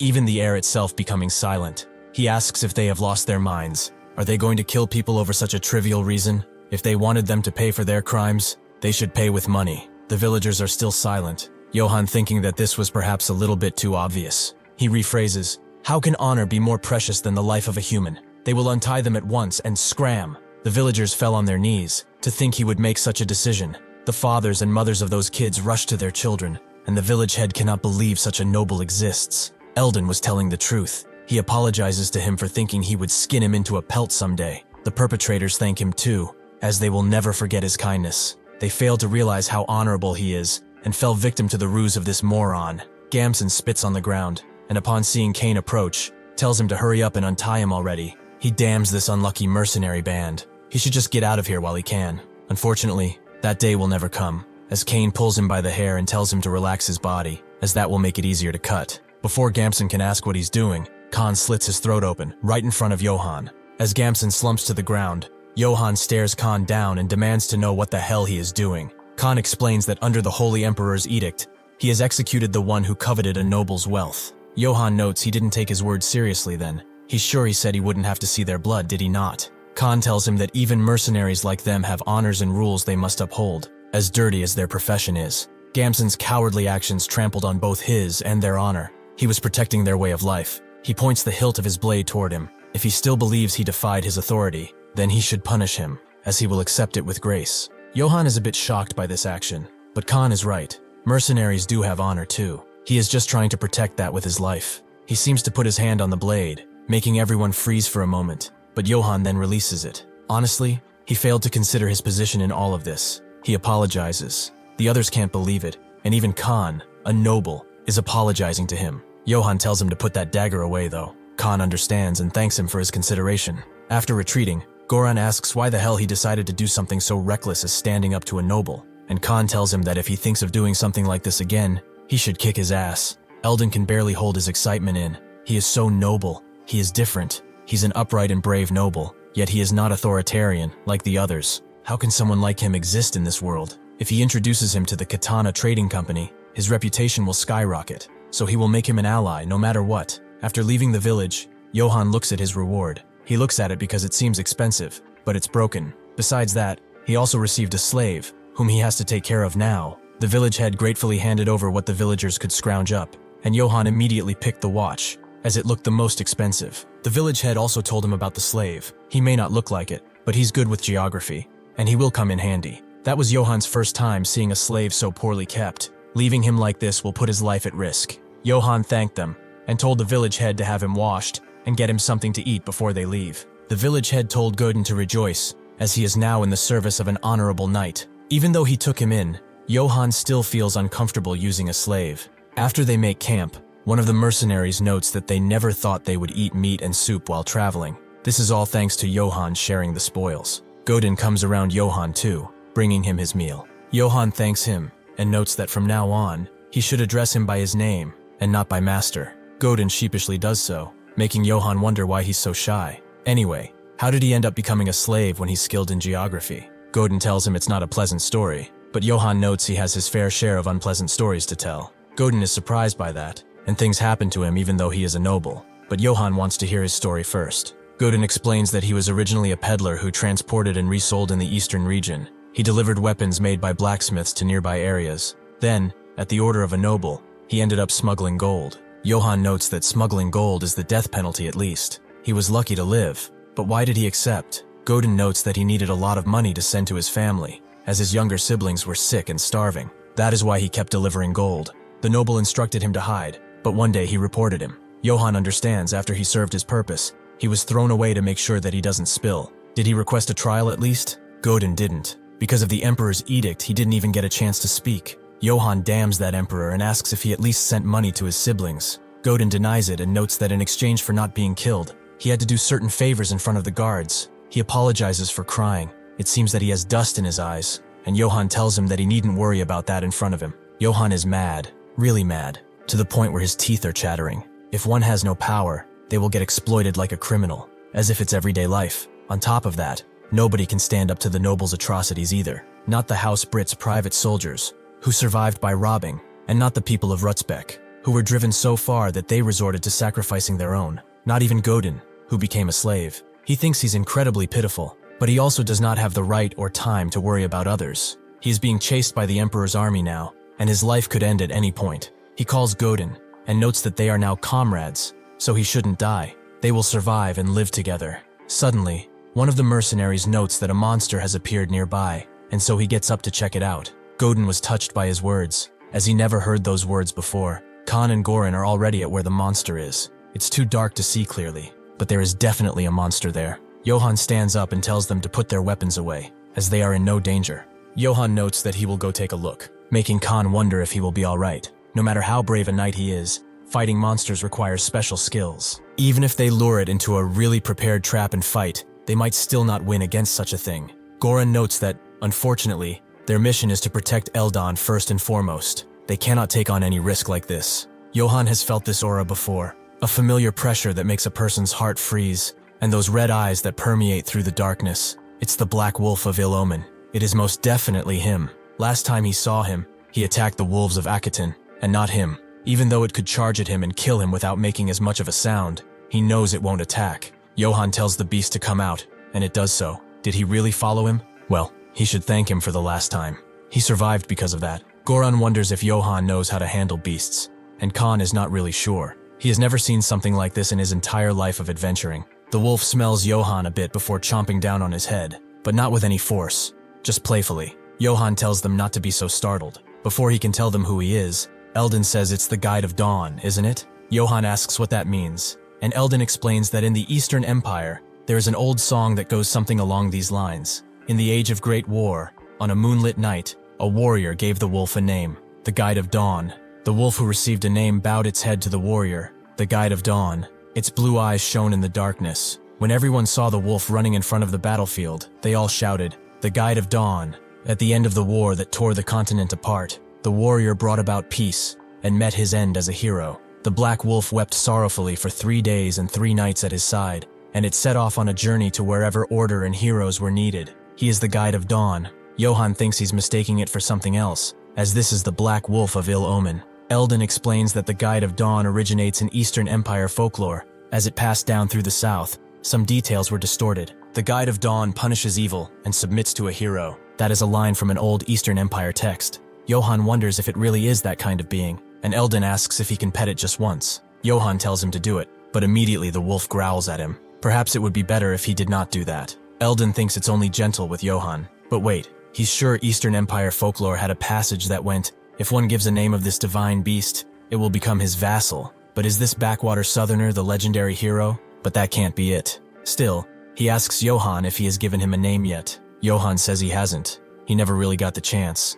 Eldon tells him to do it now. If the legend is true, then something incredible will happen. Johann wonders, though, what name should he give him? Eldon suggests Katana, but Johann doesn't know about that one. But hold on, the last time he saw it was when he buried Karamov, right? In that case, he will be named Karamov. Eldon is shocked by that name, and suddenly the beast begins to change from its dangerous-looking red hue to a divine and honorable blue. Johann is left speechless, as now, he has turned into the Guide of Dawn, Karamov. He goes toward his new master, and Johann notes he will count on him. It seems that Eldon was right. This thing really is astonishing. However, Eldon is now on his knees. Everything is exactly as it's described in the folklore. It's his first time seeing a scene from myth like this. He's respected him from the first moment he saw him. He protected them from the bandits, showed mercy to his enemies, and forgave them with honor. He pays his respect to the one chosen by the Eastern Divine Beast, the hero of troubled times. Everyone gasps at this revelation. Is Johann really the hero of troubled times? He sighs and apologizes, but he is not the kind of hero he thinks he is. He's just a wanderer from an insignificant house,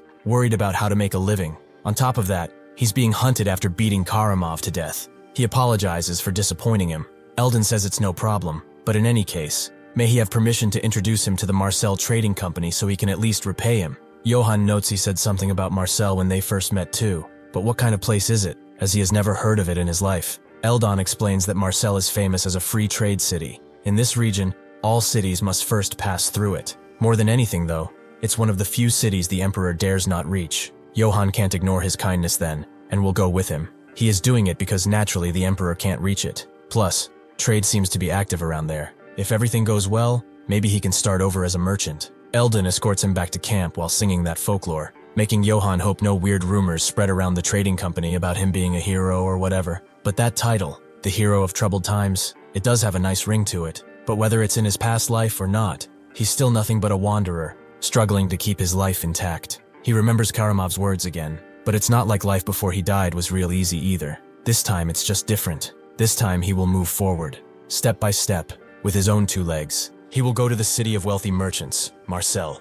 Johann is impressed by the city, with Godin noting that he never thought he would come back here. Since they are in the merchant city, Johann guesses they should do some shopping. He sees a cute dog, asking what he's doing over here, and one of the sellers pets it, finding it cute. Johann is glad that the guy looks like just a cute dog to everyone else, hopefully. The day before entering Marcel, Johann told Karamov that a puppy might be fine, but there would be chaos in the city if he brought in a monster like him. Could he wait? Suddenly Karamov glowed with power and got a lot smaller. Johann guessed this was one of his divine abilities, and Godin immediately hugged him. Johann guesses there won't be any issues if he's on that side, but he miscalculated.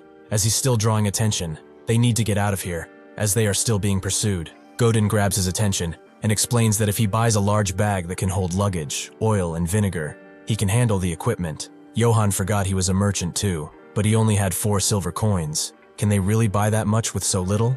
Godin picks up 1 silver and promises to get everything he mentioned with just 1 silver. Johann laughs and tells him not overdo it, not really believing that he will achieve his objective. However, 50 minutes later, Godin comes back with everything. Firstly, they bought his tactical bag and Godin's large backpack. This will make storage easier. Godin then used his incredible gift to sell the shattered helm for a high price. He even got a mace thrown in. Now that he does not have to keep showing that cursed blade, he's safer. On top of that, after buying vinegar and oil, they even had change left. Somehow they ended up with more money than before. If he can sell a broken helm for that much, how much would Karama's equipment be worth? If he goes back for it later, he will definitely sell it. Johann tells Godin that he looks quite happy doing familiar work. He guesses that he liked his old job.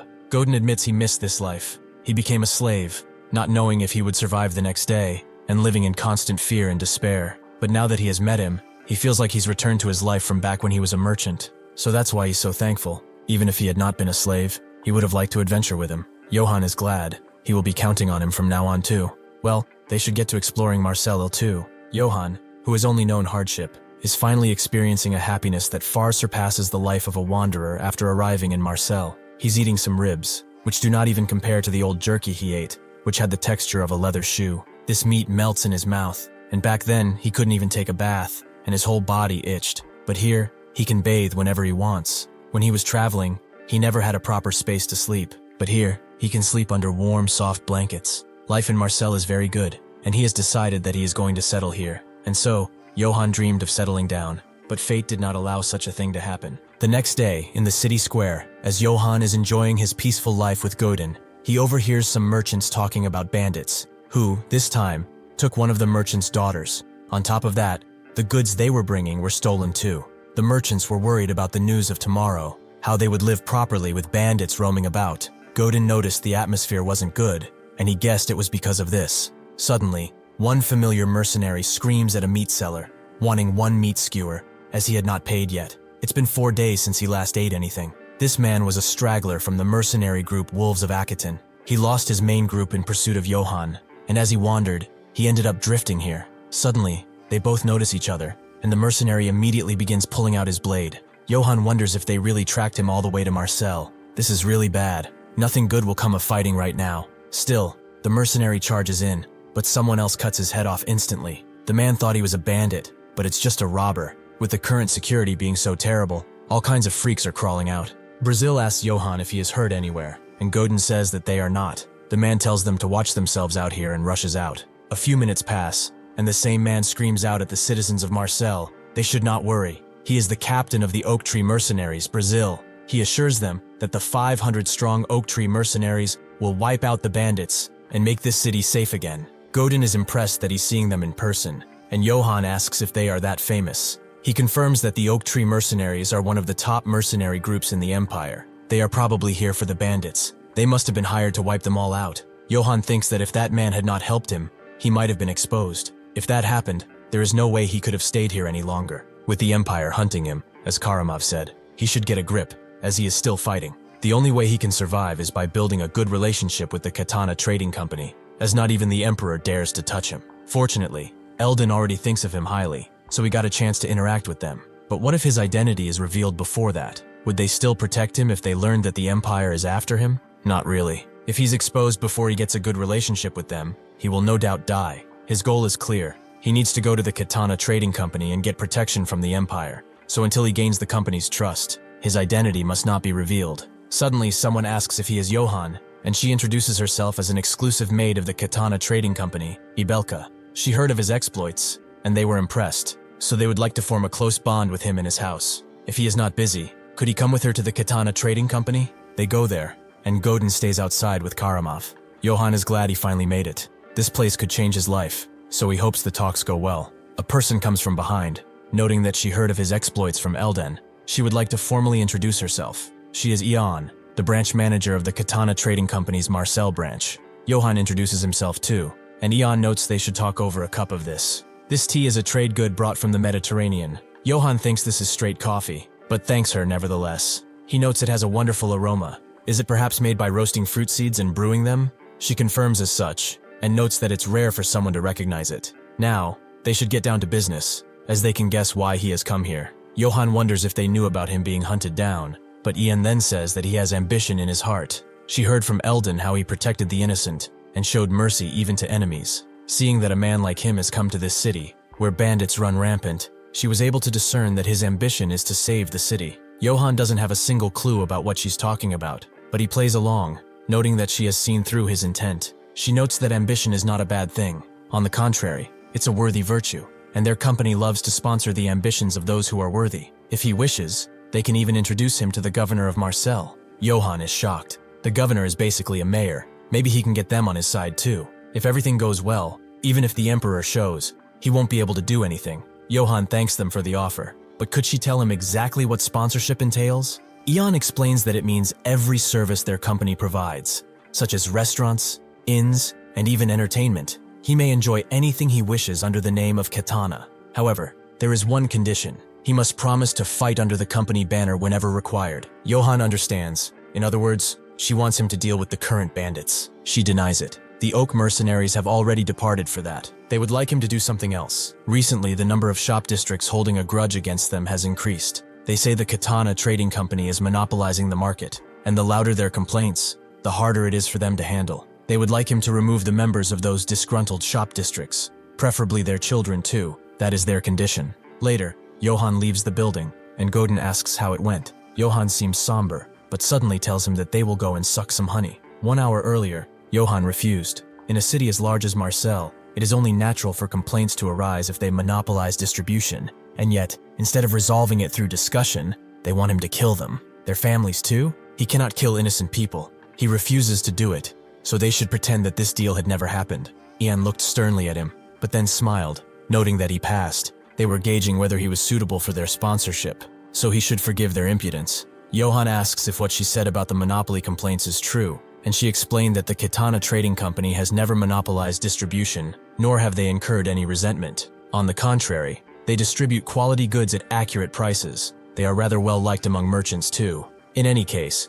they wish to keep the terms first proposed, which does not mean they expect him to head into the battlefield immediately. The Oak Tree mercenaries have already gone to subdue the bandits. He's free to rest and enjoy the benefits in the meantime. So, would he join hands with them? Johann smiled and gladly accepted. Godin now wonders what his previous words meant, and Johann explains he wanted to say something like, "Let's go eat something expensive," as they are using money from the Katana Company. Godin guesses the talks went well, and Johann confirmed they sponsored him. Godin congratulates him, and Johann thinks that everything is finally going well. The bandits around have been causing trouble, but once the Oak Tree mercenaries wipe them out, This place will be peaceful, and he will live a happy life of pure relaxation. Suddenly he hears a scream, and it's from the city center, where 2 bodies have wound up. Johan wonders why the hell he's seeing bodies here, and Goran is glad to see him here. Johan asks what's going on, and he explains that the bandits around this place have grown more violent. After murdering the families of the city merchants, they threw their bodies here to threaten the city. The merchants have had enough too. This means nothing is being resolved, and they should hold the city accountable. One of them tries to argue with reason, noting that the emperor is inciting these bandits, but the other merchants don't believe him. There's no way an emperor would do such a thing. Outrage begins to spread, more people announcing their disdain, and Johan is mad that his peaceful life is over before it even began. Those bandits are running it all. What are the mercenaries even doing? Inside the Katana branch, Ian is informed about what is happening, but she already knows, though she does not know what the Oak Tree mercenaries are doing. The maid noticed that they tried contacting them, but they could not reach them. The liaison's corpse was found near the forest outside Marseille yesterday, in horrible condition. Ian thinks that the mercenaries have a military strength compared to a city. They are one of the top mercenary groups too, and they cannot be defeated by a simple bandit gang. They must immediately bring Swetelga, the mage of the Ifale River, as they must find out whether they really were taken down. The prophet puts his hand in the river, and notes that Katana has it all wrong. Searching for the mercenaries will not change their fate. He also sees Johan, the man who killed the emperor's personal hunting dog. He's now hiding inside this city, eh? However, things will not go the way he thinks they will. Eventually, Swetelga arrives at the branch, and the maid invites him inside. He notices that she sounds thankful, and yet she sends someone who drives the carriage like a maniac. The maid apologizes and rushes to bring Ian, but he says it's fine. If it were that urgent, she would have come on her own. She tries to say otherwise, but he will not repeat himself, so she guides him to a place to sit down. As Swetelga strokes his beard, he notes that according to the voice of Ifale, he would be able to meet him here. Johan is outside too, dressed more adequately, as today is the day he will meet Marseille's governor. He's going to get on his good side and settle down here, putting an end to his life of wandering. As they walk in though, Karamov begins to growl, with Johan asking what is wrong. Swetelga notes that the name he gave him does not suit a divine beast. Johan wonders who he is, and how he knows Karamov is a divine beast. Johan asks who he is, and Swetelga introduces himself. He is the sage of the Ifale River. Johan is confused, and Swetelga notes that basically he's a mage. Johan completely forgot that this world has magic. He came here to meet the governor, but he lucked out and met a mage too. Big cities really are this good. He notes that it's an honor to meet him, as he always wanted to meet a mage. Swetelga blushes, but for someone being hunted down by the emperor himself, he looks pretty good. Johan asks how he knows, and Swetelga explains that with his magic, he can see the secrets of the Ifale River, the past, and the future. Johan asks if he's going to report him, but Swetelga asks why he would do such a thing. Who does he think he is? He is the one who knows the secrets of the mighty river, a seeker of mysteries within the laws of nature. He has not the slightest interest in political squabbles. Only the voice of the Ifale River moves him. Moreover, if he had intended to report him, he would have done so in secret. Why would he babble about it in front of him? Johan thinks he is right, but if that's the case, he notes that he would like to hear more about magic from him. Swetelga has never met such a man. A normal knight would call him cowardly, who does not know honor, but this knight is lit up over magic. Johan asks how magic is used. Is it something just anyone can do? This is his chance to learn magic and turn into a magic swordsman. If he becomes one, his chances will definitely go up. Swetelga agrees. It's because of fate that they met, and it's not like he can't tell him about it. However, telling him outright would be too boring. So if he wins even a single round in a game with him, he will teach him. Johan asks what they will play, chess or arm wrestling. Swetelga notes that he would have a clear advantage if they were to play that, and the game of kings is fun, but it cannot compare to the game of gods. Naturally, the game he is talking about is Go. Swetelga tells him to sit down. He knows it looks complicated, but he will go easy on him. Johan thinks he's lucky. He actually won a 4th Dan Go tournament before, so he is confident in his skills. He does not know how good this old man is, but he can beat him. With this, the true battle begins, a battle of wits, rather than blades. 50 minutes later, Johan seems tired, but immediately Swetelga asks him to let him take back a few moves. Johan denies his requests, as he has taken back his move 5 times already. Swetelga smashes the Go table. How is he slaying in the game of gods? Is this truly his first time playing? Even the Sultan of the Eastern Empire could not surpass him. Johan notes that it's because he taught him so well. Swetelga asks for one more game. If he loses again, he will give him a gift that will help him. Johan agrees, if he insists. So how many handicap stones should he give him? Swetelga asks for 3, and so they begin playing again. As they play, he asks Johan why he's so interested in magic if he is of noble birth. Johan notes that he already knows the emperor wants him dead. Wouldn't it be better to have more tools at his disposal? Swedelga notes that if he wishes to use it for combat, they can stop here, as the knowledge he can offer is nothing of the sort. Johan asks if magic really can't be used in combat, and Swedelga indulges him, since he did promise him. He heard of those who applied it to combat, but he should listen very carefully. What people commonly call mages mainly discover the mysteries of nature. Some discover them in wind, some in fire, and some even in some of sulfur. A certain fool even bragged that he discovered a mystery in the Black Forest. Those discovered mysteries are called spirits, and mages borrow the power of said spirits. They usually lend their powers without asking for anything in return, but there are times when their whims cause death. Even if he comes in contact with a mystery, he should be careful not to go against their will. Johan understands. He probably won't risk his life only for a little magic. He doubts magic items even exist at this point. Ian rushes towards their room upon hearing that Swetelga is here, the maid apologizing, as he said not to tell anyone. As she enters the room, she sees him teasing someone with the game of gods again, but it appears to be the opposite, as he is losing to none other than Johan. Just what kind of person is he? She makes her presence known, and notes that he should have told her that he came to Marcel, has been playing with Johan all this time. Swetelga notes he was just playing a few games with this knight, but since she arrived, they have to finish it here, and certainly not to cover the fact that he was losing pretty badly. He hands Johan 2 vials. It's the reward he promised. They are water flasks containing the final secrets of the Ifale River, called the Water of Wrath and the Water of Blessing, respectively. At the Oak Tree Mercenary Outpost, everyone is scared out of their wits by a malevolent being who exudes an aura of death. The mercenaries can only scream as they are attacked. Johan picks up the flasks, and Swetelga explains that ever since ancient times, the Ifale River has a long-kept secret, the mystery of life and death. He spent his entire life trying to uncover it, but the river never revealed it to him until he showed up. As long as his head isn't completely severed, the red flask can heal him without an issue, no matter the injury, and the green flask can melt a person with a single drop. Johan is very glad to see that magic items really exist, and Swetelga turns his attention to Ion. She called for a prophecy, right? She confirms that bandits have appeared around Marcel, and there have been many casualties. The trading companies sent the Oak Tree mercenaries, but they have not been able to contact them. Swetelga explains that they failed 3 days ago. The voice of the river has prophecy. The southeast of Marcel, the will of Oak Tree shall be trampled on by a rock of steel. Their fate will be cut down behind a veil, failing to stop the thing that will destroy this city. She never expected for the Oak mercenaries to lose to bandits. This sounds like they will need a city council meeting, so it's time for Johan to act under their banner. He understands, and will do just that. The meeting soon takes place, and the pompous merchants rush in, with one noting that they should begin soon, even though he was the one who was late. He is Baron Einberg. Johan can't believe that ridiculous mustache of his. There sure are a lot of weirdos in this era. The governor greets them, as they know, he is Vialco. Johan smiles. He needs to get on his good side if he wants to settle down in a city where the emperor can't reach.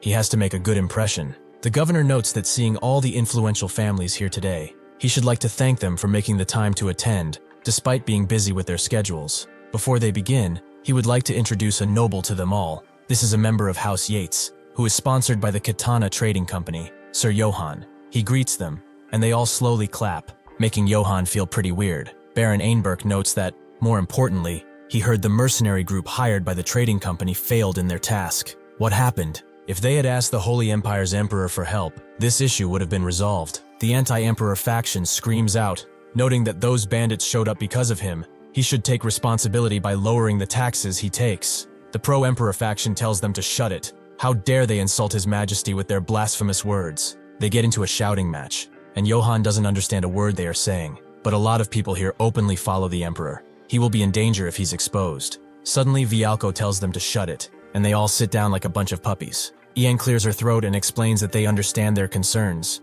and prepared a backup plan, to form a second subjugation force and strike the bandits at their source. They are all surprised, but Baron Einberg notes that he expected nothing less. The emperor values Marcel's peace above all else. All he needs is to say the word, and he will send his troops. Johan thinks that absolutely cannot happen, and hopes Vialco turns them down. He agrees that Einberg contributed a lot to the city.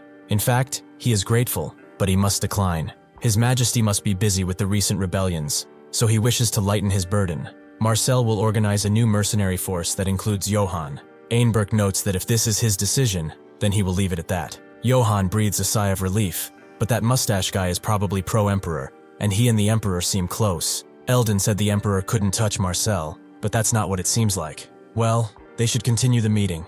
The members of the council have prepared a tea gathering. As they all leave, Vialco asks Johan if he can spare some time. and he agrees. If he really is pro-emperor, then he should run away immediately. He really has the worst luck. As they leave, Einberg looks at them. As the two get to Vialco's office, he asks what house he belonged to again. Johann explained that he is from Yates, clearly lying, and Vialco is glad to hear it. They are rather special, known for their date palm-infused liquor, which is famous among those in the know. Johann never expected this to be a real family, and Vialco pulls out some liquor from his house. He must imagine he misses home. Johann thanks him, drinking it, and noting that it brings back memories. Clearly lying again. Vialco is glad, but has his house been doing well? He heard the Emperor's cold blade swept across the north, a tragedy to be sure. Unfortunately, many houses were purged, and the survivors scattered across the land and are now bandits. Among the purged houses, one person is said to be wanted for treason. They say he's from House Yates after all. Johann notes that this is the first time he has heard of such a name, and Vialco understands. He's gone too far with the small talk. That reminded him, however. Did he know that what he just drank was actually some cheap whiskey and not the date palm-infused liquor? How about they stop with the wordplay, Johann Yates? He will not hand him over to the Emperor, or perhaps he will? Johann asks what he means, and Vialco explains his decisions are based on if Marcel benefits or not. Whether this city needs the pro-Emperor faction or the anti-Emperor faction, nobody can say for sure. He will use the balance between them to protect the city. Right now, the most urgent task is the bandit gang, so he should wipe them out, earn merit, and prove that this city needs him. If he can't, then he will send him straight to the Emperor. Johann slumps over after this. He finally thought he was going to have an easy life, but it was just another shackle around his neck. Should he just run away? Remembering all he went through, though, he thinks that nothing in this world is for free. If that's how it is, he will get in that bastard's good graces. Godin notes that the subjugation force is coming. The men Vialco gathered for him, the Red Iron mercenaries, the St. Iena Monastery, and even St. Galanto. Godin thinks this is amazing. He cannot believe such big shots are gathered in one place. They are all well known around here. While the St. Galanto Monastery is a male-centered order of holy knights, famous for alchemy, the St. Iena Monastery is a female-centered one, said to be powerful enough to hunt trolls. The Red Iron mercenaries are siege masters. As dwarves, they value honor and are loyal, but they are also open-minded. The Knights of Count Bartok are coming too. They are elves from Erang's renowned for their skill. Johann notes that elves are rude as hell, which makes Godin laugh. Johann thinks this is enough, so he should take a look at the people he will fight alongside. The first to show is the Red Iron captain, Kumal, with Eon thanking him for answering the call. This is the knight of the trading company who will be fighting with them. Johann greets him courteously, but Kumal tells him to speak casually. Johann notes he cannot do such a thing as captain of the force. Does he not need to uphold his pride in front of the men? Kumal notes that he is thoughtful, but even if he speaks casually, nobody will doubt his authority. Johann will take him up on that then. With that, he asks how the Holy Knight will be moving, with both leaders noting that they will move with his men. This is St. Iena Monastery's vanguard commander, Villia, and the St. Galanto Monastery vanguard commander, Agante. Kumal offers his thanks for their consideration. Johann thinks that this dwarf is pretty decent. He doesn't get why the subjugation captain has to ask for consent over command authority, but he likes him. The knights arrive too, asking why they gathered so many troops. They alone will suffice. This is the leader knight of Bartok, Gustav. Laurent and Leon agree. Gustav notes that he heard Johann is from a house, and Johann confirms as such, saying that he is from House Yates. Gustav says he hasn't heard of it, and since they are unimportant, he will not give them orders. And Gustav also digs into Kumal, noting that they will not be taking orders from him. He also orders Yaon to prepare a grand send-off feast in the name of Gustav. Johann now understands why the dwarf asked about command authority, but still, with their lineup, they should be able to wipe out the bandits, even if those elf bastards are just obnoxious. This battle might go well. Suddenly, the maid comes to Eon and whispers something, causing her to go to Johann and say that someone wishes to meet him. He asks if it's Vialco, but judging by her reaction, it clearly isn't. The night before the second bandit subjugation force departs, in the open field near the Marcel, the knights drink and eat like there's no tomorrow, and cheer for the death of their enemies. In the etiquette of this world's nobility, refusing a drink can be taken as an insult, because it implies they do not trust the other party. Johann arrives at the person who wanted to meet him, seeing the alcohol, making him wonder if nobles just like to drink all day. Well, at least it's not that cheap whiskey Vialco used to test him. Just thinking about that gave him a headache. The noble notes that he's the noble marching out tomorrow to wipe out the bandits. Is it the reason money? Johann asks who he is to ask such rude questions without revealing his face, and so the cloak falls. It's Baron Einberg, a loyal subject of the Emperor. He may not know, but Marcel claims neutrality, yet in principle, it behaves like an anti-Emperor faction. Does he understand why he sought him out? Johann still doesn't. He is not good with complicated things. Einberg thought he would say so, but he should listen well, as he will give him a life lesson. Merchants only require two things: profit and strength. If the katana trading company is backing him, that means he is their strength, someone who knows of battle. Johann asks why he thinks that, and Einberg thought about his name. He looked into it, and could not find his house. Though House Eitz, which does sound familiar, exists, it was wiped out because of treason, not only their lord, but everyone in the keep. Anyway, what help is a nameless house to a trading company? Whether he is Eitz or Yates, it matters not. They took him in here because they saw strength. Johann asks what he wants, as he doesn't have all night. Einberg tells him not to go to the subjugation tomorrow. He should use his strength for his majesty, and he promises him rewards greater than anything. Johann understands that a chance to become part of the Empire's core, receive formal knighthood, and obtain a fertile land. If he follows the Emperor, only glory and peace will lie before him. The Baron confirms as such, but Johann asks if it's not the way of the world for the weak to spill the blood, and for the strong to drink it. It's only natural that the weak get slaughtered by the bandits. It's fate. The Baron says that it's exactly it. He has a right head on his shoulders. Johann suddenly refuses. A few months ago, a man claiming he bore the Emperor's command came to his domain and slaughtered everyone he knew. He made a similar offer to him then, and of course he refused it. But there's one major difference. He died by his own hand. He crushed the head of the Emperor direct night, for those serfs who were treated like worms, without ever thinking about it. He is right. He is the only survivor of House Eitz, which was wiped out. He takes the cup and drinks the wine poured for him, and the Baron asks why he would do something so foolish. Johann grips the cup and smashes it into the table. He will wipe out the bandits by himself. Not for the Emperor. Not for this fucking city either. Since he gave him a life lesson, he will give him a piece of advice too. It's in his best interest not to tell anyone what he heard tonight. As if he does not heed this warning, it won't be just the table he crushes next time they meet. He rushes out, mad and annoyed that he dared to offer him something like this. Suddenly, his heart is burning, and he cannot breathe. Soon, blood comes out of his mouth, as it was nothing else but poison that he drank. He falls to the ground, slowly dying as the poison begins to take hold. Baron Einberg twirls his mustache, as no matter what, tonight, victory is his, and nobody else's. At the same time, in the open space near the Marcel gathering point, Gobin is surrounded by a bunch of ladies of the night, who find him rather cute, and don't believe he is from the mercenary group, because he is too skinny. If he's stuck with nothing but sweaty old men, that's no fun for him, right? They press closer against him, as they ask if he doesn't want to come and play with them. Gobin eventually finds an opening. Pass the ball if you're not gonna play, bro. The ladies still find him cute and wish to dress him up.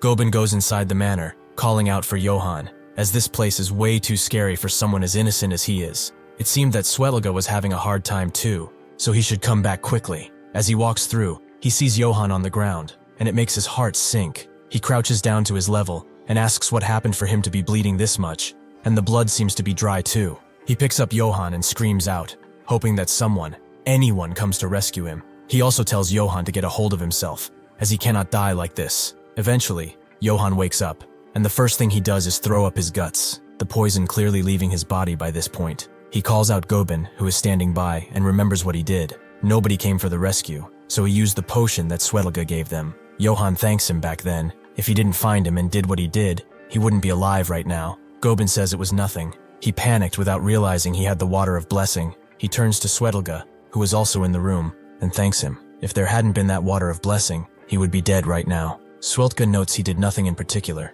but anyhow, he really did something rather foolish, didn't he? He knew that the Baron of Einbeck was part of the pro-Emperor faction, and he still went looking for trouble with him? If he's going to do reckless stuff, he should at least die quickly. That way, they can conserve the remaining water of blessing. Johann notes that about half of it is left, so he will use it wisely from now on. Swelga asks, did he catch the Baron in the end? If he wants to prove the charges, he will need the Baron after all. Johann explains that by the time he got there, he'd run away. He wasn't there. He screamed out as he rushed back, this time accompanied by 2 mercenaries. He demanded to know how he dared to poison his drink. He will not go easy on him anymore. Goran noted that the guy he was looking for seemed to have run away already, as there was nobody there. However, Johann found something even more important on the ground. Documents he couldn't take with him when he fled. Everything about this entire incident is in this envelope. Swelga asks what's in it. Is it like the things the rumors say? Proof that the Emperor has hired bandits? Johann denies that. Something far more serious is written here. That same night, the Baron takes off, thinking that by now, Johann is probably dead. That is very good. Everything is proceeding exactly as the Emperor has ordered. He makes his way to another encampment, where the people immediately allow him entry, and they all welcome him warmly. He goes up to a podium and looks on at the men, telling them that they are not bandits. They are mercenaries of the strongest empire, bound by the gold of the Holy Empire, the strongest mercenaries and warriors in all the land. To those who swear loyalty to the great emperor of the Holy Empire, only dazzling glory shall follow. For a long time, he undermined Marcel from within. Their plans and strategies are in his hands. They have fallen into chaos and will die without even knowing who their enemy was in the first place, like the dogs that they are. The bandits cheer on, and the Baron seems proud of this speech. He also adds that His Majesty personally sent an imperial court mage to them. The bandits are rather surprised, and one of them wonders if it's Kegel of the Crimson Flame. The said mage comes out of the shadows and notes that it's so absurd to compare her to some ordinary mage. She is an imperial court mage, favored by the emperor himself. Her name is Janina. The bandits are surprised to see a snake beast man in their midst, but they've never heard of a mage named Janina before. She says that it's only natural. She's not a mage who merely wields trivial elements like most others. She handles living weapons. She pops the cork off the vial she was holding, and the smell seems to attract something that makes the very ground shake as it approaches, shocking the bandits. They can't believe their eyes. They are face to face with a troll. Janina explains that now, her adorable troll will stand shoulder to shoulder with them in the incoming battle. The Baron screams out that tomorrow is the day of victory. They will crush Marcel's second subjugation force and offer Marcel to the Emperor. They all begin screaming for the Emperor too, their tiny minds not being able to comprehend the lies they are being told. Johann calls Gobin out once again and tells him to deliver this letter to Vialco Traniani and not tell anyone else about this. He thinks it's something he absolutely has to verify before anything. After that, Johann calls over Goran and Khan,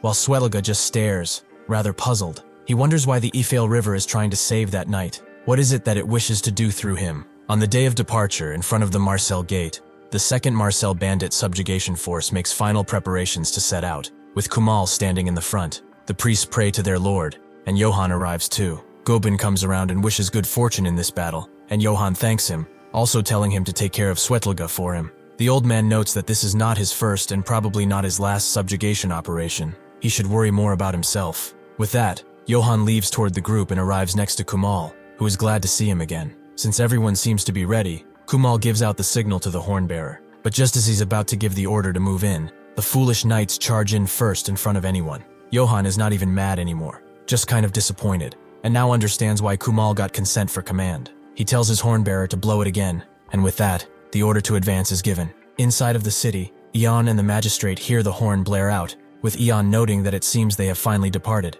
Velako looks at the letter Johann gave him, and guesses she checked on it already, right? Ion confirms as such, and explains that they found it yesterday, in Baron Einbeck's room. Velako can't help but laugh. Of all times, it had to be the day before the deployment, and in the Baron's room too. He still cannot believe that this is a genuine letter, especially if there's a web of grudges between houses. Ion notes that the crest is unmistakably Einbeck's, and it's not something that can be easily forged. Vialco agrees that, looking at the crest and the contents of the letter, it does seem like he's the one behind everything. Ion explains that they also tried to press the Baron about this, but he has already slipped out of the city. At this point, is this not more than enough evidence? Vialco disagrees, as he cannot trust that young knight just yet. He's also concerned that her trading company is placing far too much faith in an unknown individual. Ion notes that their trading company doesn't sponsor just anyone. They place their trust only in those they deem are worth it. Vialco understands that perfectly, but she should remember this. If those knights' misguided actions shatter the balance within the city, the Katana Trading Company won't be able to avoid the responsibility for their actions. As she heard this, Ian formed one thought in her head. This man might be from the Pro-Emperor faction. At the Pro-Emperor faction camp, the people inside the tent ask if what the Baron said is true. He confirms as such. He just received word from the messenger. The second subjugation force has set out, and they will fall into their trap without fail. Marcel is basically already in their hands. His Majesty's hands, of course. The head of the Pro-Emperor faction's Special Operations Duke Unit Mayhem laughs. All they have to do now is wait for the news of their victory. Once this is all over and they take over Marcel, the first thing he's going to do is patrolling the brothels. The Baron twists his mustache in response, and Janina finds what this guy said kind of disgusting, but Mayhem sees that the Baron's expression remains pale, and so he asks what's wrong. He notes that it's nothing for them to worry about. However, he asks Janina if she's heard anything about Karamov, something going wrong on his expedition, like him getting a serious injury or something. The two remain still for a second, but then laugh, as Karamov getting a serious injury is a rather ridiculous joke. Karamov is the Empire's strongest, even in swordsmanship,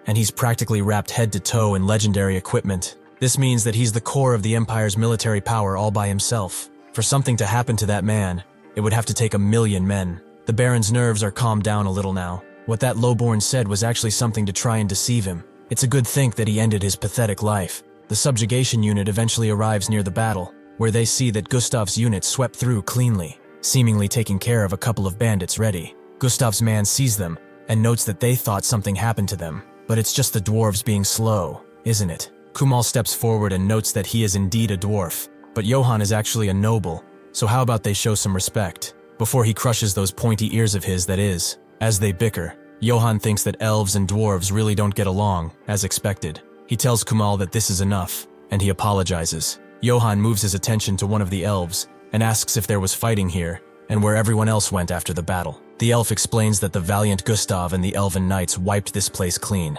They are now leading the main force in pursuit of the remaining bandits. Sure enough, they are marching through the forest against the bandits, who are all running for their lives. The elf also emphasizes that every piece of loot and prisoners here belong to Gustav and the knights. They arrived late, so they do not have to share. Kumal notes that they've already been paid by the trading company, so they can split up the copper and broken blades they find among themselves neatly. Johann feels that something is off. The bandits wiped out the Oak Tree mercenaries of 500 men, yet they lost on one side against maybe 20 men. It's like the elves didn't even take a single casualty. He looks on at the forest on the right and thinks it's the perfect terrain for an ambush. He asks the elf if they searched the forest around here, but he wants to know why. Is he planning a hunt or something? Johann knew it. Those bandits retreated on purpose to lure them deeper inside. This is clearly a trap. Kumal gives out the order to keep moving. If those point-eared knights start nitpicking again, they will hear no end of it after the battle. Johann tells him to stop only for a moment, and tells him to get the unit in a defensive formation right now. All shooters are to concentrate fire into the forest. Kumal tries to tell him that attacking an empty forest is a bit of an exaggeration, but Johann explains that if there is an enemy lying in ambush in that forest, the terrain here puts them in serious danger. They need to make sure first before they pass through. Kumal believes they can just crush them, as these are only bandits. Johann believes he's too short-sighted, as they even annihilated the famed Oak Tree mercenaries. They can no longer treat them like bandits, so before the main force goes deeper, they must confirm right now. The elf there laughs, and Kumal notes that if they pour firepower in, and it turns out that there was nothing, those pointy ears will humiliate them. They will call them cowards scared by bandits. Johann tells him that if he can trade his honor for the lives of these men, then he will do so as many times as it takes. The elf continues laughing, and Kumal is pretty annoyed, but he decides to follow Johann's suggestion. He thinks this is good. He managed to persuade them. Unlike last time, Kumal orders the men to get in defensive positions, and the shooters to prepare to fire. The dwarves put up their long shields, and above them, the arrowmen prepare to fire towards their flanks, and the mortarmen split up to accommodate the sides. With that, they fire into the forest, and they actually hear the clinks of armor as the arrows are stopped. Everyone is surprised, as there really was an ambush. But the most surprising thing is that this is no bandit gang. Before all of this, Johann asked Goran and Khan if they had heard of the Bullhead mercenaries. Khan has. Even among mercenary groups, they are pretty well known. There's an all-elf mercenary group called the Wolves of Akiton, and they say the Bullheads are even more expensive than those bastards. Johann wanted to know everything he knew about them, but Khan didn't know much. For mercenaries, they are strangely surrounded in secrecy. The hiring fee is high, and they don't take on just any job. From what's known, their movements are like a herd of enraged bulls. They charge straight into the center of the enemy formation, break through the defensive line, and collapse the enemy from the inside. Johann thought they were using penetration tactics, not unlike Germany's Blitz tactics from the Second World War. Goran asked if he thought they would be facing them tomorrow, and Johann confirmed as such. The enemy will be fighting tomorrow is not just a band of bandits. It will be the Emperor's elite mercenaries. Khan noted that if they ran into them tomorrow, they should retreat no matter what, and avoid a head-on clash no matter what. Johann asked why, and Khan explained that if they fight head-on, they won't stand a chance. It's only a rumor that he's heard, but it's said that they can command a centaur. Johann was shocked, but he had heard of it when he was little, about the hero slayer Minotaur. It has a massive body and overwhelming strength. On top of that, it's a monster with intelligence close to a human. They say countless warriors and knights challenged it, and every one of them lost. Goran laughed and told him not to worry. Tomorrow they will risk their lives to help him retreat. Johann smiled, as he was planning to ask for their help anyway. Goran said that they wanted to see that bull-headed bastard too, and Khan said that they will probably have to run before they even get a look. Johann appreciated the sentiment, but he was going to ask them too for something else. The bandits who were acting like scouts were killed immediately because of the assault of arrows, but the bull mercenaries are clad in armor, and one of them notes that they should all prepare to charge. The heavy hoof of the Minotaur crashes on the ground next to him, and he lets out a bunch of air from his nostrils as the arrows continue to pelt him. The warriors put on their helmets, and they advance toward the enemy. The mortars are shot again, but they don't seem to do much against the heavily armored group, who stands in front of the subjugation force without fear. Suddenly, the Minotaur screams out, and the bull mercenaries charge in, moving exactly in a penetrative position. Kumal looks at them. He can't believe he's finally seeing the bull-headed mercenaries. Johann thinks that even if they prepared in advance, it still turned out to be a frontal collision. He has to do something about this. He tells Kumal to brace for impact, as they will be charging straight at and through them. He will do something about that charging formation. Kumal tries to tell him that going alone is far too dangerous to even be considered, but Johann rushes in, making Kumal tell his red iron mercenary to listen up. These bull-headed mercs are trying to test their might, but they will learn soon enough just how useless their weapons and armor really are. The bull-headed mercenaries see Johann approaching, but don't even flinch, as it is only one man. If he is desperate to die, then they will grant his wish. However, Johann, using only a mace, begins to swipe down, taking one of the heavy mercenaries down instantly, before pummeling the others as he goes through, seemingly breaking their formation as they attempt to slow him down. The second leader sees that he's trying to smash their formation, so he shouts at everyone to maintain the breakthrough formation no matter what. Johann is left alone, and damns it all, as he didn't expect them to realize what he was trying to do that quickly. Kumal tells his men to get ready, just as the bull mercs are at their doorstep. Both merc groups are screaming out, but the second bull merc leader smashes through their shield formation, and his men begin to rush in, killing man after man in a brutal push toward the middle. Seeing this, however, Kumal and his warriors charge in, Kumal himself cutting the elite merc's leg before hitting his jugular, putting the heavy man to the ground, shocking his men. Kumal calls out to his warriors as his weapons begin to glow in a fiery aura. He wants to see their weapons filled with the blood of their enemies. Johann is glad that he won't have to worry much about that side. It will allow him to focus on the head-on clash he's about to face. As Johann charges in, another elite mercenary steps in front of the Minotaur and asks what kind of nobody he is to dare to fight Numeros, the captain of the 100. One of the mercs tells him that he's the knight who tried to break their formation from the inside, and the elite merc calls him an idiot. He's soaked to the bone in those hero fantasies he was taught as a child. The merc alls out to Numeros and begs him to be allowed to face that bastard. Numeros allows him one chance, as he is a squad leader of 10. With this, the warriors get hyped up, and all 10 men prepare to face Johann. They will tear him into pieces. As soon as Johann comes though, he leaves them on the ground, completely and utterly defeated. They didn't even make a move. He pulls up to Numeros, smiling as it's pretty rad to see an actual Minotaur in the flesh. It seems that the rumor Khan mentioned was true. He called out to Numeros, asking if he is the captain of these mercs. Numeros tells him to get off that horse while he still can, because when he chops him into tiny bits, his horse might get hurt. He likes how that horse carries itself, so he should get down. His men are already calling dips on his shoes and armor, and Johann does get down, as he wouldn't want the horse to get hurt either, since he was named after his brother. Also, if he does win, he will make a stew out of his tail. But they shouldn't linger any longer and should come at him, as he looks like an expensive-looking gift set. This flies over Numeros's head, as gift sets don't exist in this time, but Johann just smiles. Numeros suddenly rushes in, wielding his axe mightily as he sends it toward Johann, who is forced to do an unnecessary backflip. Numeros doesn't stop there, as he raises the axe high and tries to hit Johann again and again, who can't believe how much the difference in reach is affecting this battle. He knows that if this battle axe so much as grazes him, he's cooked. He damns his situation as rushes in, thinking that he should have brought the crest recoverer after all. Numeros screams out, telling him to come already, as he will give him a death worthy of a knight. As he attacks again, Johann slides under his feet and sees an opening, lunging at it immediately. He manages to hit Numeros straight in the groin. The loud snap it makes is heard throughout his men as they and every male watching this shares in his pain. Numeros' pain sensors are in a state of shock too, and he drops his axe as he clutches his pearls. Seeing him so defenseless, the cruel Johann charges in once again, this time aiming directly at his head. Meanwhile, the dwarf mercenaries are holding their own against the bull mercs, but it's clear that little by little, they are being pushed back. Seeing this, the priests produce some vials in their hands and ask God for forgiveness as they drink the contents. The bull knights look at them as they charge in, seeing that the holy knights have gone berserk. Using the power of this potion, their senses increase threefold, allowing them to cut up the armored mercenaries without issue. One of them manages to catch Agante by surprise, but Vilia rescues him. She tells Agante to get up, as there are still people who need their help.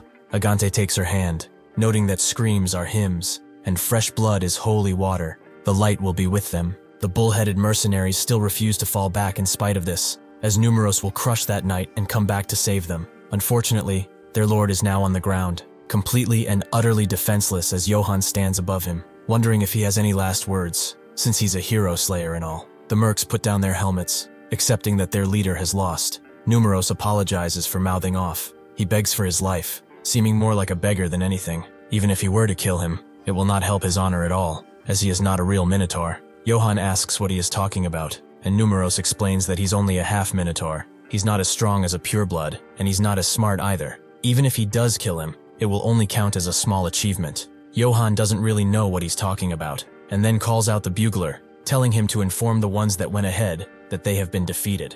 Numeros sighs, thinking that they are screwed, but Johann is not done with him, as there is something he needs him to be a witness to, and he will tell only the truth. The mercenaries in front who are still holding on look back as they hear the horn, signaling that their lord has lost. Kumal thinks it's not bad at all. Johann has proven himself to be a capable warrior. He screams out at their bugler, telling him to sound the victory call, as this is the first victory of this battle. Later, at the Katana Trading Company branch, Ian tells Vialco that she just heard news of the subjugation force winning their first battle. Vialco heard as well that the Elf Knights of Bartok did great work, it seems. Ian tells him that actually they lost contact with them. Vialco is shocked. What does that even mean?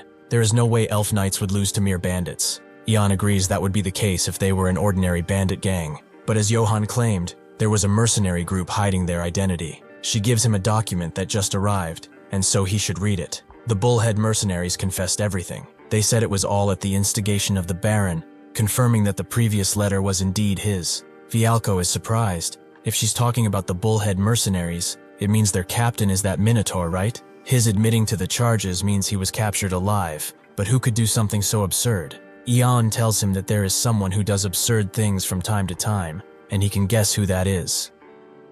Johann takes a rest. Swedelga, along with Godin, comes into his tent, with Swedelga noting that he has worked pretty hard. Johann tries to get up, noting that he came a long way to get back to the outpost, but Swedelga tells him not to get up. He's pushed himself hard today, so he should get some rest. Godin then explains that he has heard everything. They say he swung his mace once, and a whirlwind of air burst out, taking out 50 men in a single strike. Was that how it really went? Johann sighs, telling him not to exaggerate, but he kinda likes this praise, and he wants even more, to the point where even Vialco can hear it. Suddenly, though, someone else comes, noting that this boy is not exaggerating at all. It's Kumal, who notes that the Red Iron mercenaries do not see it that way. He deserves every bit of praise he receives. The way he charged straight at the enemy, it set all of their hearts ablaze. The valor he showed this day will be a great example for even dwarves like them. Johann notes that he flatters him, but he will accept this flattery gracefully. With everyone talking him up this much, Vialco will surely look at him in a more favorable light too, right? Suddenly someone else comes again, noting that his strength is impressive, but they are truly shocked by his tactics. It's the Holy Knights, both Vilya and Agante, who wish him the kindness of their saints. Vilya notes that if it weren't for him, they would have walked straight into an ambush. There aren't many knights who excel at strategy and tactics around this part. And beyond, she was deeply moved by his character. He actually spared the enemy commander. Johann guesses she's talking about the Minotaur. Once he actually fought the guy, he didn't really seem like much. Besides, there was no need to kill him, right? Vilya, with the same smile on her face as before, explains that a Minotaur possesses overwhelming strength. He could wipe out an entire mercenary group on his own. Even for them, a head-on fight would have been rather hopeless. Even if he showed an intent to surrender, an ordinary knight would have naturally cut off his head for the achievement of killing the hero slayer. This would be true, even if he was only a half-Minotaur. However, he did not. Respecting a life, even if it's from an enemy, is a rare virtue. Johann thinks that's a bit much, and explains that he only kept him alive because it was necessary. This kind of praise is making him a little embarrassed. Swedelga clears his throat and asks if he even knows how many people have been slaughtered by Minotaurs on the battlefield. When humility goes too far, the ones praising him may end up feeling awkward, so he should accept it. With that, Johann actually takes their thanks, thanking them in turn, and Kumal thinks this is better. Their enemies are mercenaries too, so it's a fight worth having. After they reorganized, they should properly smash Einbeck's bunch. Suddenly, they hear a commotion coming from outside, and they all go to check it out, finding only a messenger from Gustav's posse. Kumal notes that, from the looks of him, it doesn't seem like he is here to deliver news of victory again. The messenger immediately goes to his knees and begs for reinforcements, as they were wiped out by a troll. That night, as they were following the remnants of the bandits through a swamp and taking them out one by one, they thought this was anticlimactic, to the point where it doesn't even get their blood up.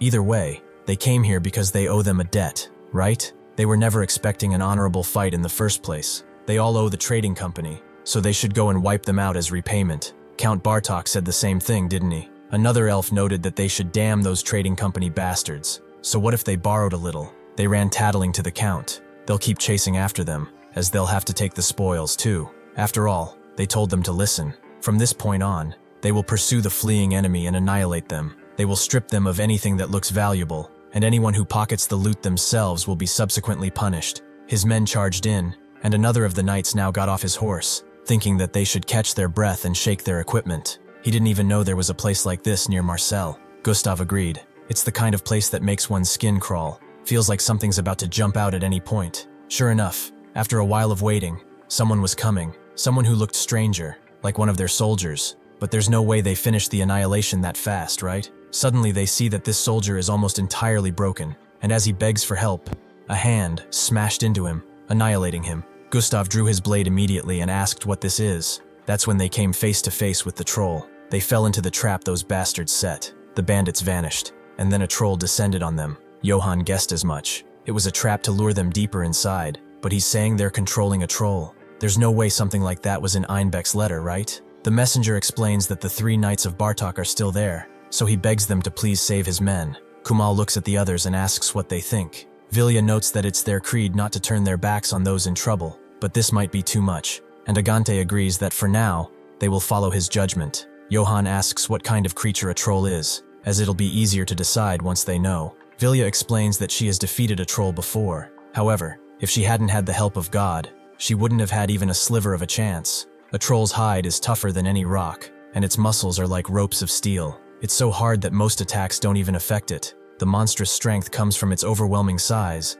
and is beyond what humans can even endure. What's truly horrifying is that even if one manages to pierce that hide and muscles while leaving a wound, it heals immediately, as if nothing had even happened. That's probably what happened to the others too. They managed to injure it but couldn't deal with it. The messenger tells them that there is no time for this. He just needs help. Johann asks Vilya what she thinks. Will she go to rescue them? She knows that if Kumal permits it, then she will do so. However, even if they run at full speed, those people have probably already entered their eternal rest. Kumal lets a loud sigh, but tells the elf soldier to listen. He apologizes, but he doesn't think he can send a rescue party. Their mission isn't finished yet. Besides, even if they go now, they can't guarantee they'll still be alive. Before anyone can say anything more, Johann agrees to go, confusing Kumal. This isn't something that he can take lightly, even if he took down a minotaur. Johann explains that, with brave warriors like him here, he doesn't think it will be a serious problem if he steps away for a few hours. If they're sending a rescue party, he will go. Kumal is shocked, and notes that he already heard it. Now that even if they're going, it will likely be meaningless, on the contrary, only to put him in danger too. Johann asks, what if they're alive? What then? He cannot stand by and watch as a troll slaughters innocent people. If even one of them is alive, then is it not worth rescuing them? The 2 priests are amazed and very touched, and Johann crouches down to Kumal's level, asking him to send him. Kumal lets a loud sigh, and notes that he surprises him every single time. He will have his rescue party, but seriously, just how noble is his character? Godin is touched too, but Swedelga can see through his motives pretty well. Sure enough, Johann thinks that even if the opponent is a troll, the elf knights aren't weak either. If he hurries, they might be able to pull off a rescue,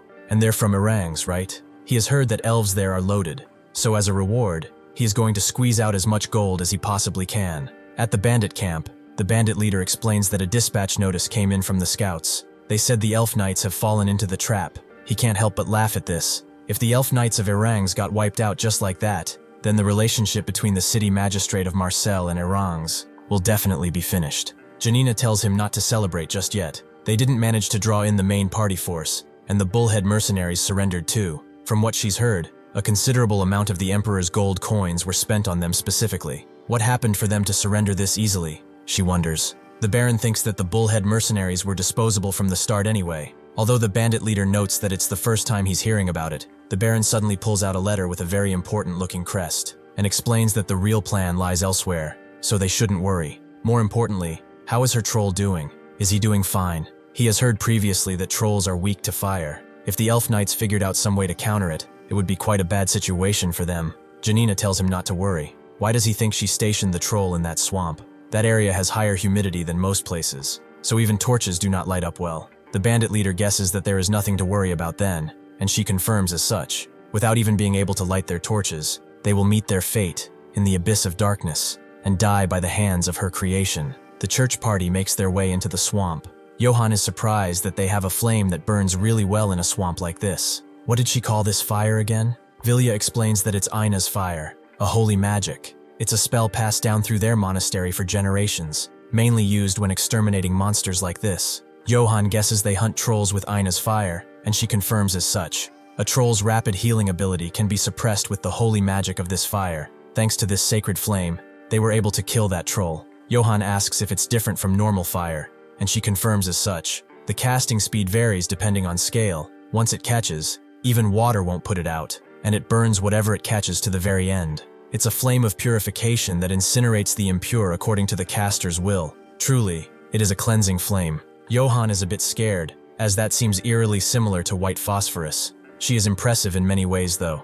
Holy magic, swordsmanship and stamina that doesn't fall behind the horse's speed is pretty incredible. Vilya laughs, noting that it is the result of receiving God's grace and training every single day. Johann admits it's reassuring to have her accompany them. He was a bit worried since they are such a small elite group. They don't hunt the troll the hard way now. They should draw its attention just enough, then rescue the elf knights. They've got brains, so there is no way they'll keep fighting a monster that regenerates endlessly, right? They're probably hiding somewhere. That would be the wiser choice. But in reality, Gustav is telling his men not to retreat, no matter what, and kill it, and seize the honor of taking down a troll. Suddenly, Karamov begins to growl and bark, making Johann know that it seems like he has found something. Sure enough, the horses of the knights are in front of them, and they are simply running away, just as a loud, bone-crunching scream can be heard. Johann, for some reason, thinks that his prediction is wrong. He can't believe they've been fighting this entire damn time. Vilya thinks it's good news though. It means that they are still alive. She explains that with the flames of this level, they cannot handle a troll. They should prepare a stronger flame. Johann understands then. He will go and buy her some time, but that's not really what she meant. Johann rushes in, telling Karamov to herd the horses that ran off, and continues running despite Vilya's attempt to drag him back with her voice. She tells her sisters to focus, as they have to create a stronger Aina's fire to help them. She pierces her sword into the ground and begins to pray, creating a circle and a cross with their blades, which begins to create even more fire that permeates even through the damp air and water of the swamp. Gustav is fighting the troll, as expected, dodging an incoming strike and slashing another with his blade. He is skilled, incredibly so, but the strike he put on the troll just closes back up, making his efforts fruitless, and he is running out of breath too. The troll screams at him, but Gustav tells him to shut up, as his breath smells. He thinks this is really bad. The soldier's morale is entirely broken, and his comrades are completely exhausted too. What does he even do right now? All they can do is maintain this standoff. Suddenly, one of his knights, Laurent, drops his blade, making Gustav ask what he's doing. He apologizes, but he cannot go any further. While that damn troll finishes him off, he should leave him behind, take the man, and go. The troll, seeing an offering so easy to grab, immediately rushes in and tries to grab Laurent, but before he can be killed, something pierces the troll right into its neck. A spear. How did someone manage to drive a spear into that hard body? Before they can wonder who it was, Johann screams at them, telling them not just to stand there blankly and make haste out of here. That same night, at the Katana Trading Company in Marseille, Vialco gets a letter from a ghost. Ion confirms as such the 500 men of the Oak Tree Mercenaries. They are requesting that the Marseille gate be opened at midnight tonight. It must be Einbeck's doing. Vialco thinks so as well. The Oak Tree Mercenaries, they were the first subjugation, for they were sent out to wipe the bandits. But what awaited them was the Emperor's elite mercenaries. The mercenary group, caught off guard, was naturally annihilated, and Baron Einbeck used a crest of the dead Bradil to forge a letter. In the end, this letter is a deception meant to bring down Marcel's final line of defense. What if that is the case? Ion completely agrees, even if they truly are their true real survivors. This is something that can be confirmed tomorrow morning after sunrise. Not tonight. Vialco agrees. It seems they are of the same mind. This time, he's already given the guard captain strict orders. Tonight, no danger of any kind will cross Marcel's walls. In the tent, Johann left. Godin is praying in the middle of the night over a candle, and Swetelga notices. Is he that worried about Johann? Godin confirms as such. He knows his master is courageous, but a troll is not an opponent a human can defeat in battle easily. Svetlga agrees as he sits down. To kill a troll, one would need at least the strength of a legion, but there is no need to worry. Does his master not possess two waters containing the secrets of the Iphael River, the water of blessing and the water of wrath, right? If the water of wrath is applied to the weapon and used, it can inflict fatal damage, and Johann will use that water wisely. After throwing the spear, Johann tells Gustav to get him and his men out of here, and he thinks this is good. With his strength alone, he can pierce its hide, though it will recover soon, so he'll just buy enough time for everyone to escape. Naturally, his dumbass completely forgot that he has the water of wrath on him. Before they can retreat, another of the knights, Leon, thinks that this is their chance to put an end to it. Johann thinks Leon is an idiot, and Gustav screams at him to get back, as this is too much to handle. Leon refuses. If a human knight can damage it, so can they. Before he even unleashes one strike, the troll kicks him away so hard that he skids across the water and causes extreme internal damage. Johann can't believe these bastards. After he went through the trouble of saving them like this, they dare to end their lives like this. The troll simply takes out the spear from his throat and throws it away. Seeing this, Johann charges in again, as he wants the troll to focus solely on him. It would be best if Gustav and the soldiers could get enough time to run, even if he'd rather pass on a deathmatch against a troll. In that case, he decides to unleash one more hit in the leg and run away. It seems that he has sealed his mobility, at least for a moment. However, Johann has severely underestimated the troll, as he simply ignores the pain and grabs him fully from behind. Gustav screams for him, but there is nothing they can do anymore. The troll raises him high in the air, and Johann knows that he got too damn close. He is basically done for. At Marcel, the guards continue holding the doors closed, but suddenly they see a bunch of people outside. Is this the subjugation force? Have they returned that quickly? However, they also see that they carry the oak tree mercenary sigil. Are these ghosts? The bandits clearly annihilated them, weren't they? No, it's just as the city magistrate said. He calls out an emergency, telling all personnel to gather at the gate soon, to the defensive walls, and not to let them inside the gates under any circumstances. Vialco and Ion hear the commotion, and Ion guesses they've come. She will send a letter and confirm with the commander. If they truly are survivors, they will respond. Suddenly, through the door, a voice notes that this will not be necessary, shocking them both. They have quite ghostly expressions on their faces. Have they seen a ghost? It seems they were looking for the commander, weren't they? So he came himself. Ion is shocked. Wasn't he dead? The commander is ashamed to say this, but it must be said. The Holy Empire has a lot more gold than they do. Vialco finally understands. The Oak Tree mercenaries were brought by Einbeck, weren't they? And the Oak Tree commander explains that as of this moment, the city of Marcel will be under the control of the Oak Tree mercenaries of the Holy Empire. Back in the swamp, Johann can't do anything as the troll smashes him into the ground with a force so hard that it makes the water around them smash into the air. They all stare at Johann, but it's pretty clear that he is dead. The many men of the Oak Tree mercenaries that are outside the Marcel gates are actually a ruse. In truth, they are just puppets with torches placed near them to seem like they're carrying them or something. It's an extremely clever tactic that, no matter what happens, will allow them entry inside of the gates. Even if they stop them at the main gates, the bribed guards will open the underground water passage for them. Sure enough, one does so, and is immediately taken out, his usefulness having been fulfilled. That is how Bradil got inside of the keep. Bradil congratulates his men for killing that traitor, as someone who sells himself for a handful of silver coins has no place inside of the Empire. He tells the men he gathers to listen well. They shall now take Marcel while the guards are pinned defending the wall. They must capture the commander. The rest of them will follow him, as they are going to find a city magistrate. Bradil tells Vialco to not look at him that way. Even if they take control of the city, they will preserve his authority. Ion is annoyed. He dares to attack Marcel and then have the nerve to say such things. How are they supposed to trust them now? Bradil claps. As expected of her, she certainly has nerves of steel. However, she should not test his patience any further. Trading companies profit best by backing the winning side. Marcel's guard commander has already been captured, so the rest have surely thrown down their weapons and surrendered too. There is nothing more they can do here. They aren't even asking for much. He pulls out a parchment and puts it on Vialco's table. He should just write them an order for the subjugation forces that all troops are to cease combat and surrender to the enemy, also to swear an oath of loyalty to the Emperor too.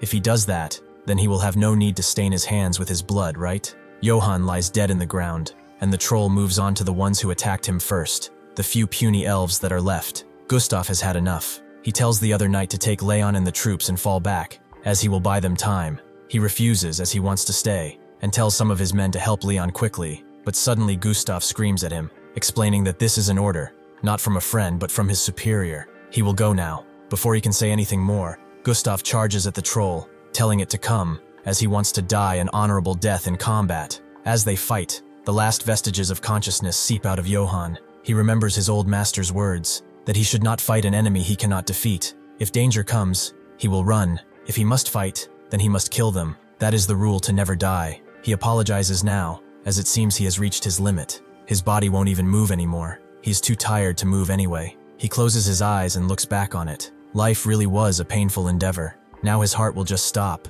He deserves some rest too, some peace and quiet, and he will gain those after death. Before that can happen though, something akin to a woman comes close and kisses him on the cheek. He immediately opens his eyes with a new steeled resolve. He refuses to die. If he cannot escape death, then he will do something else. He makes a fist and punches himself in the chest as hard as he can, denting his armor and restarting his heart. He gets up, as if he cannot escape death. Then he will slay that damn thing itself. Gustav continues his fight against the troll, putting it on his honor, and for Laurent, but suddenly another spear flies through the troll, this time much harder with a lot more force than before, making the troll scream in pain. Gustav is confused, but suddenly Johann tells him to back away, looking more like a vengeful spirit than a man. He tells everyone to get out of his damn way, as he has a score to settle with this mindless beast. At that very moment, near Marcel, at the Einbeck main base, the Baron is informed that they have news. Marcel has fallen. He immediately celebrates. What did he say? It was all in the palm of his hand. Janina laughed. She thought he was just some punk relying on his family name, but he is actually useful, so this won't be the end, will it? The Baron naturally confirms as such. Vialco and Iaon must be executed, just because they have wealth. Those lowly merchants dared to meddle in politics. He will eliminate all of the merchant rebels in the anti-emperor faction that have been a thorn in his side all this damn time. Thus he will purify this defiled city. With this, the other trading companies on this continent shall know that even with their lowly money, they cannot buy noble blood and honor. They all hold a toast, and after drinking, the bandit leader notes that he will report this joyous news to the emperor. The Baron agrees, but he should be sure to tell him that this was his strategy which took Marcel. As the bandit leader walks through the forest, he thinks the Baron is a cunning bastard. He was really planning to monopolize all the credit, wasn't he? He really thought he'd report to His Majesty exactly what he wanted. Before he can think on how he can ruin his reputation, he sees a bunch of horses. What are they doing in such a deep forest? From the looks of things, these horses must be from some dead knights.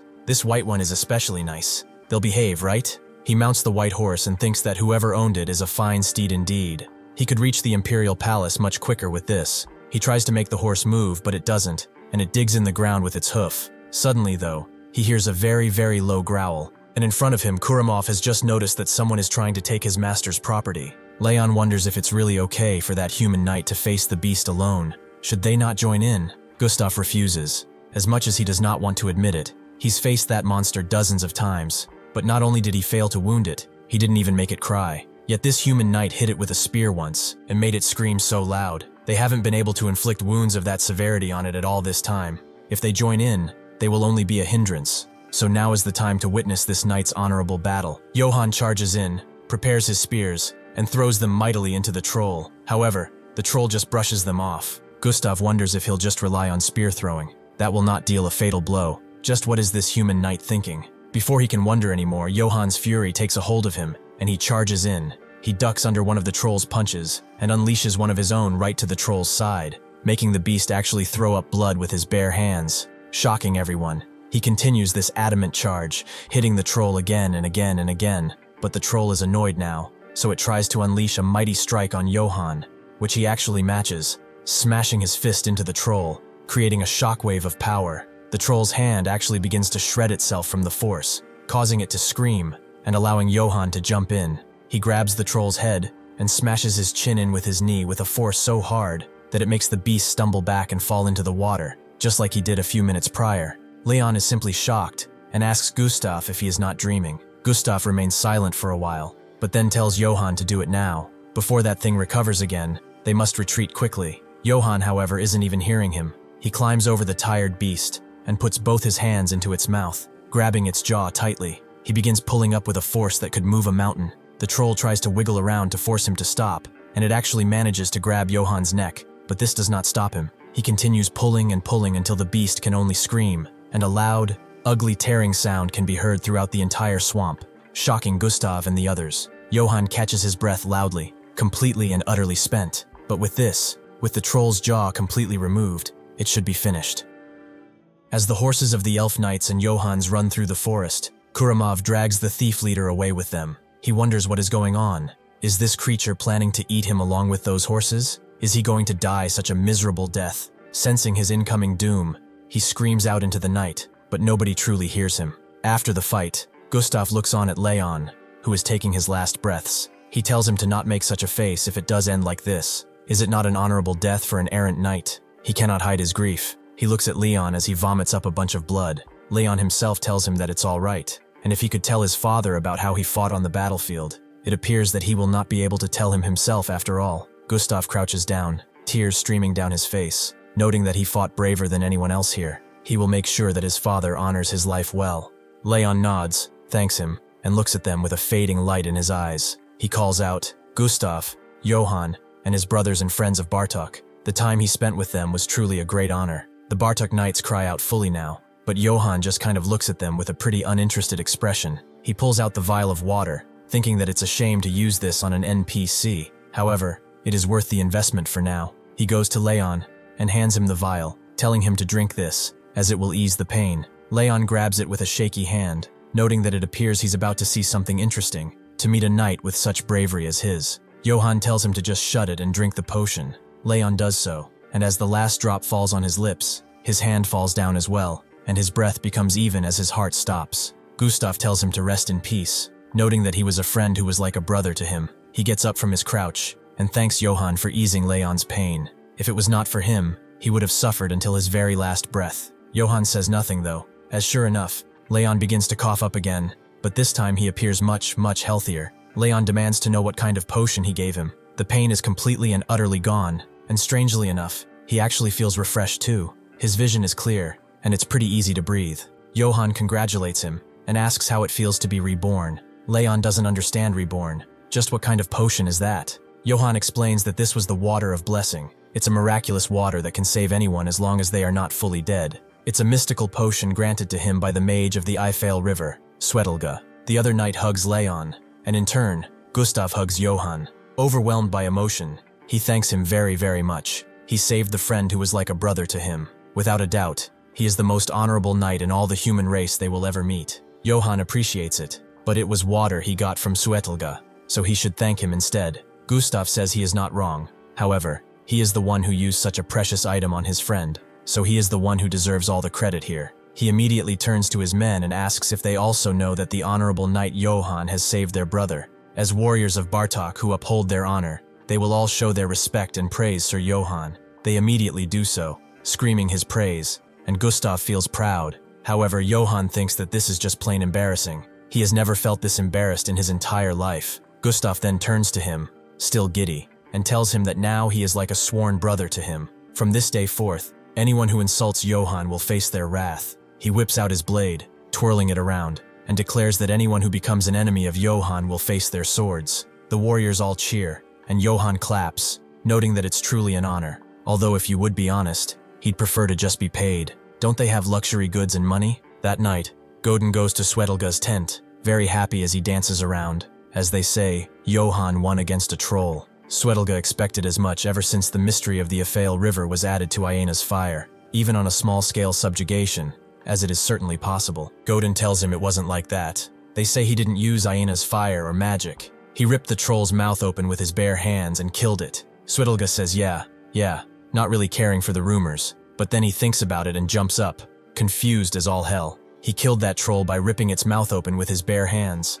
Valea takes a look at the troll corpse, finding it simply incredible. The muscles and ligaments in its right arm are entirely torn up, its bones are crushed into pieces, and all of its internal organs were ruptured, beyond its jaw being ripped open like this. It appears the troll died before it could regenerate from such a brutal set of attacks. And to keep the corpse intact on top of all of this, just how did he do it? It took dozens, if not more, to defeat a troll with the flames of pure purification. They had to burn it until it was nothing but charcoal. Johann didn't really think about that. This is how people here killed the trolls. He thought it was the same as the game. Valea knows that they should save that for later. Now congratulations are in order. From this day forth, whenever people introduce Johann, the title Troll Slayer shall accompany him. They will handle the transport of the troll corpse for him as well. While its skin and blood are still preserved like this, he can sell it for a high price to the Marcel Trading Company. Johann immediately perks up after hearing this. Is this an achievement?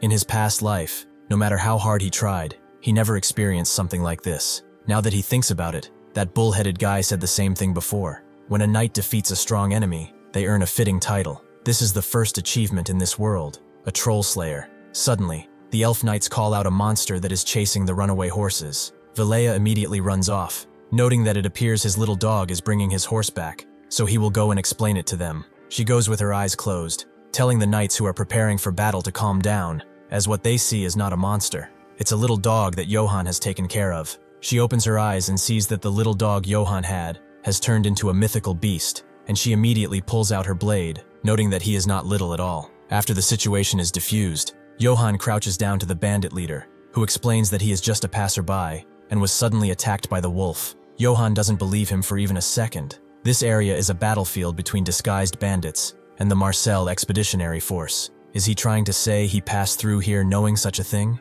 The bandit leader knows that it's pretty hard to believe he knows, but that's what happened to him, so could he leave now? Gustav comes forward, calling Johann an honorable brother, and asks if he could have a word with this fellow. Johann tells him to go ahead. As the bandit leader tries to also explain that he was just passing by, Gustav pierces a dagger through his arm, pinning him to the ground. He should listen close, passerby or whatever he is. He does not care, but since he is in a pretty bad mood right now, he is going to cut off his fingers one by one. Starting now, the bandit knows he is about to get absolutely shredded. The bandit leader explains who he is, Lieutenant Brandon Mayhem, member of the Imperial Special Operations Unit. Gustav notes to Johann that his intuition is pretty sharp. It is truly impressive, as he was only guessing. Johann wonders if this guy really just stabbed a random person without even knowing who he was, and asks if he knows anything else besides his name and affiliation. Gustav says that it is naturally so. Congratulations are in order, as they have just struck gold. They have just located Baron Einbeck's command post. Johann is shocked. If they capture him, they can end this battle. He bows his head down slightly to Gustav, noting that he has a request. Before Baron Einbeck realizes it, they need to launch a surprise attack with the forces right now. Gustav immediately agrees, saying his forces are practically his now. He should allow them the great honor of fighting alongside the Troll Slayer. Johann explains that they will move out the moment they are ready. They will end this expedition once and for all with a single strike. Gustav tells his men to get ready, as it is time they put an end to this game. A few hours later, at Baron Einbeck's command post, disguised as a bandit base, everything is in chaos. The elf knights charge in, killing any would-be bandits with practiced ease and absolutely no mercy. Gustav tells his men to find Einbeck and offer him no rest. They will all die. Janina, hearing this, wonders how these guys are still alive. Her cute troll defeated. Something like that shouldn't have been possible. Whatever. She runs away, wanting to get out of here first and not die for a meaningless cause. Eventually, the last bandit falls, and the elf knights corner Einbeck's tent. Gustav notes that he is there. His prize is waiting inside. Johann gets off his horse. Another mission confirmed complete, which he finds pleasing. He stopped just short of the tent's opening and remembers what happened. He opens the tent and sees that they meet again. The Baron Einbeck screaming in shock. Is he seeing a ghost or something? Johann, however, has no time for games. He tells him that he has come to judge him, and it will be swift. That morning, everyone at the main camp prepares to leave, as their objective is completed. The two holy knights depart first, noting that they will withdraw for now, but it was an honor to fight alongside. Johann and the elves escort the Baron through the forest, who is now sporting a bald-ass head. He looks at Johann, wondering how he can still be alive. He was certain that the chalice had been laced with Nessos' tear, an extremely deadly poison. He should have poured the entire contents of the bottle, perhaps. Most importantly, who the hell are these elves? Why are they even following Johann? Gustav sees him staring, and asks if he wants to die or something. The Baron can't believe this. His plan really was perfect. Everything was going perfectly, so why the hell did he fail? A few months ago, at Ides County, at Jason's castle, Gazin threw a cup in Einbeck's head, who could only ask if Gazin had been well. Gazin, on the other hand, had no time for pleasantries and asked Einbeck if he had brought the war funds he owed. He gave a parchment to a boy, who then gave it in turn to Gazin. Upon opening it, though, he saw that it was entirely empty. He demanded an explanation, and Einbeck bowed his head. His Majesty the Emperor wished to request assistance once again. Gazin immediately told him not to bother him with such nonsense. Did he really think he would let himself be exploited again? He has fought on countless battlefields on his orders, and while he was sidelined in this wretched northern corner of the world, he took the opportunity to seize every reward that was meant to be his. His Majesty the Emperor needs him, and he would really expect him to believe that? He should get out of his face before he cleaves him in two with his axe. Einbeck told him to be wise and place his seal on this document. With the Eitz family seal on this blank sheet, it would be considered a symbol of absolute loyalty to His Majesty, and in return, His Majesty will personally grant him the title of Count. He swears it by the name of the noble Auvergne family. Gazin stared him down and explained that it had been 50 years since the destruction of the Auvergne family, and he still came to him with that ridiculous arrogance of his. He conceded the point, but if he steals the credit for his services once again, he will rip out his tongue and throw it to his dogs. Einbeck understood, and rolled up the parchment neatly. His loyalty will be quite useful in helping His Majesty achieve his goals. Naturally, Einbeck forged the seal perfectly, and put it on a parchment, inciting a rebellion. Kuramov read this thoughtfully. The families in the north who fought for the emperor are to be made out as rebels and carry out a large-scale purge. What a holy plan this is. Einbeck was taken aback and annoyed. He felt like he was being mocked, or was that his imagination? Kuramov wondered why he thought so. He simply admired such a wicked plan. He truly has brilliant talent. Who would have thought that someone like him would descend from the esteemed Auvergne family? Einbeck told him to watch his words. Does he think he doesn't know what he did in the northern regions? He should not pretend to be holy. During the war in the north, he heard he killed women and even children, and someone like him dares to speak of honor? Before he could say anything more, Kuramov lunged for his throat, raising him in the air a bit, and asked how someone like him dared to speak of honor, while hiding behind his family name. He swore his blade to the emperor, and he acted only according to his commands. The emperor's honor is more precious than any life on this continent. That is his honor. He who has survived by resorting to dirty tricks and betrayals cannot compare to him. If he dared to insult His Majesty once more, he would rip out his veins and drink his blood. Now Einbeck thinks that all this is Karamov's fault. That fool knew nothing but talking about being the emperor's soldier and all. He couldn't even eliminate a single human knight in the remote countryside to begin with. It does not matter though, as in the end, he is the one who will be laughing at the end. As they approach Marseille though, a guard arrives, noting that they have an emergency. The city has been captured completely by the traitorous hands of mercenaries. Everyone is shocked, with Gustav being clearly mad, but Johann does not react in any way. Einbeck himself begins to laugh maniacally again and again, and points at Johann, asking if he really thought everything would go according to his plan. He is from a corrupt and worthless family. He won the battle, but he has lost the war. He should taste defeat. Everyone believes they've been had. The city of Marseille, their base, has fallen. Suetelga himself prays to the goddess of the river, Ifal, but wonders why she did not reveal this twisted fate. Gustav tells Johann that it's too dangerous to enter the city now. They probably have no choice but to abandon it. Johann refuses. It is still too early to give up.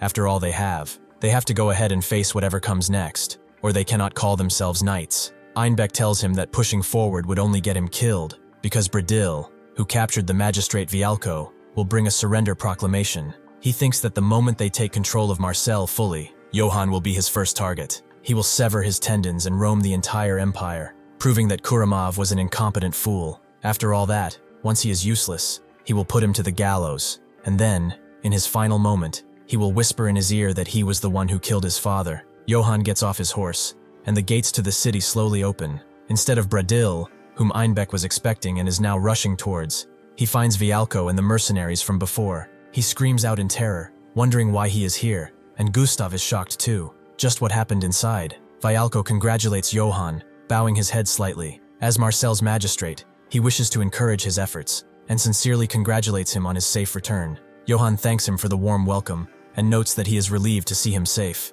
Vialco notes that this is all thanks to the mercenaries' efforts, with Goran noting that they merely followed Johann's orders. The night before the deployment, Johann did request something from them. He knew that Einbeck understood Marseille's defensive systems well, which meant they could infiltrate the city's interior as easily as they pleased. Their task is to protect the magistrate Vialco from that threat. Goran knows that the old tree mercenaries are all talk with no substance, it seems, and Khan thinks that, well, they caught them off guard, so it was possible. Johann gives them a thumbs up, as they truly did excellent work. He always believed in them. Vialco turns his attention from the pleasantries to Einbeck, calling him out. He shall answer for all of his crimes up until now, so he should accept his fate with some grace, at least. Einbeck clearly does not, and he continues screaming out until the end. The guards of the city drop the banners of the Empire and tell everyone to sound the victory bells, as the bandit subjugation has succeeded. Their mission is complete. Naturally, Marseille is immediately thrown into a celebration, and a ballad is swiftly made about Johann. Darkness fell upon Marseille, the city of freedom and trade. Treacherous mercenaries, bandit hordes, and trolls sought to shatter the city walls, but then he appeared, shining like a star. They call him thus, Johann Eitz, the Marcel Troll Slayer. They shall sing of his deeds. His name strikes like iron.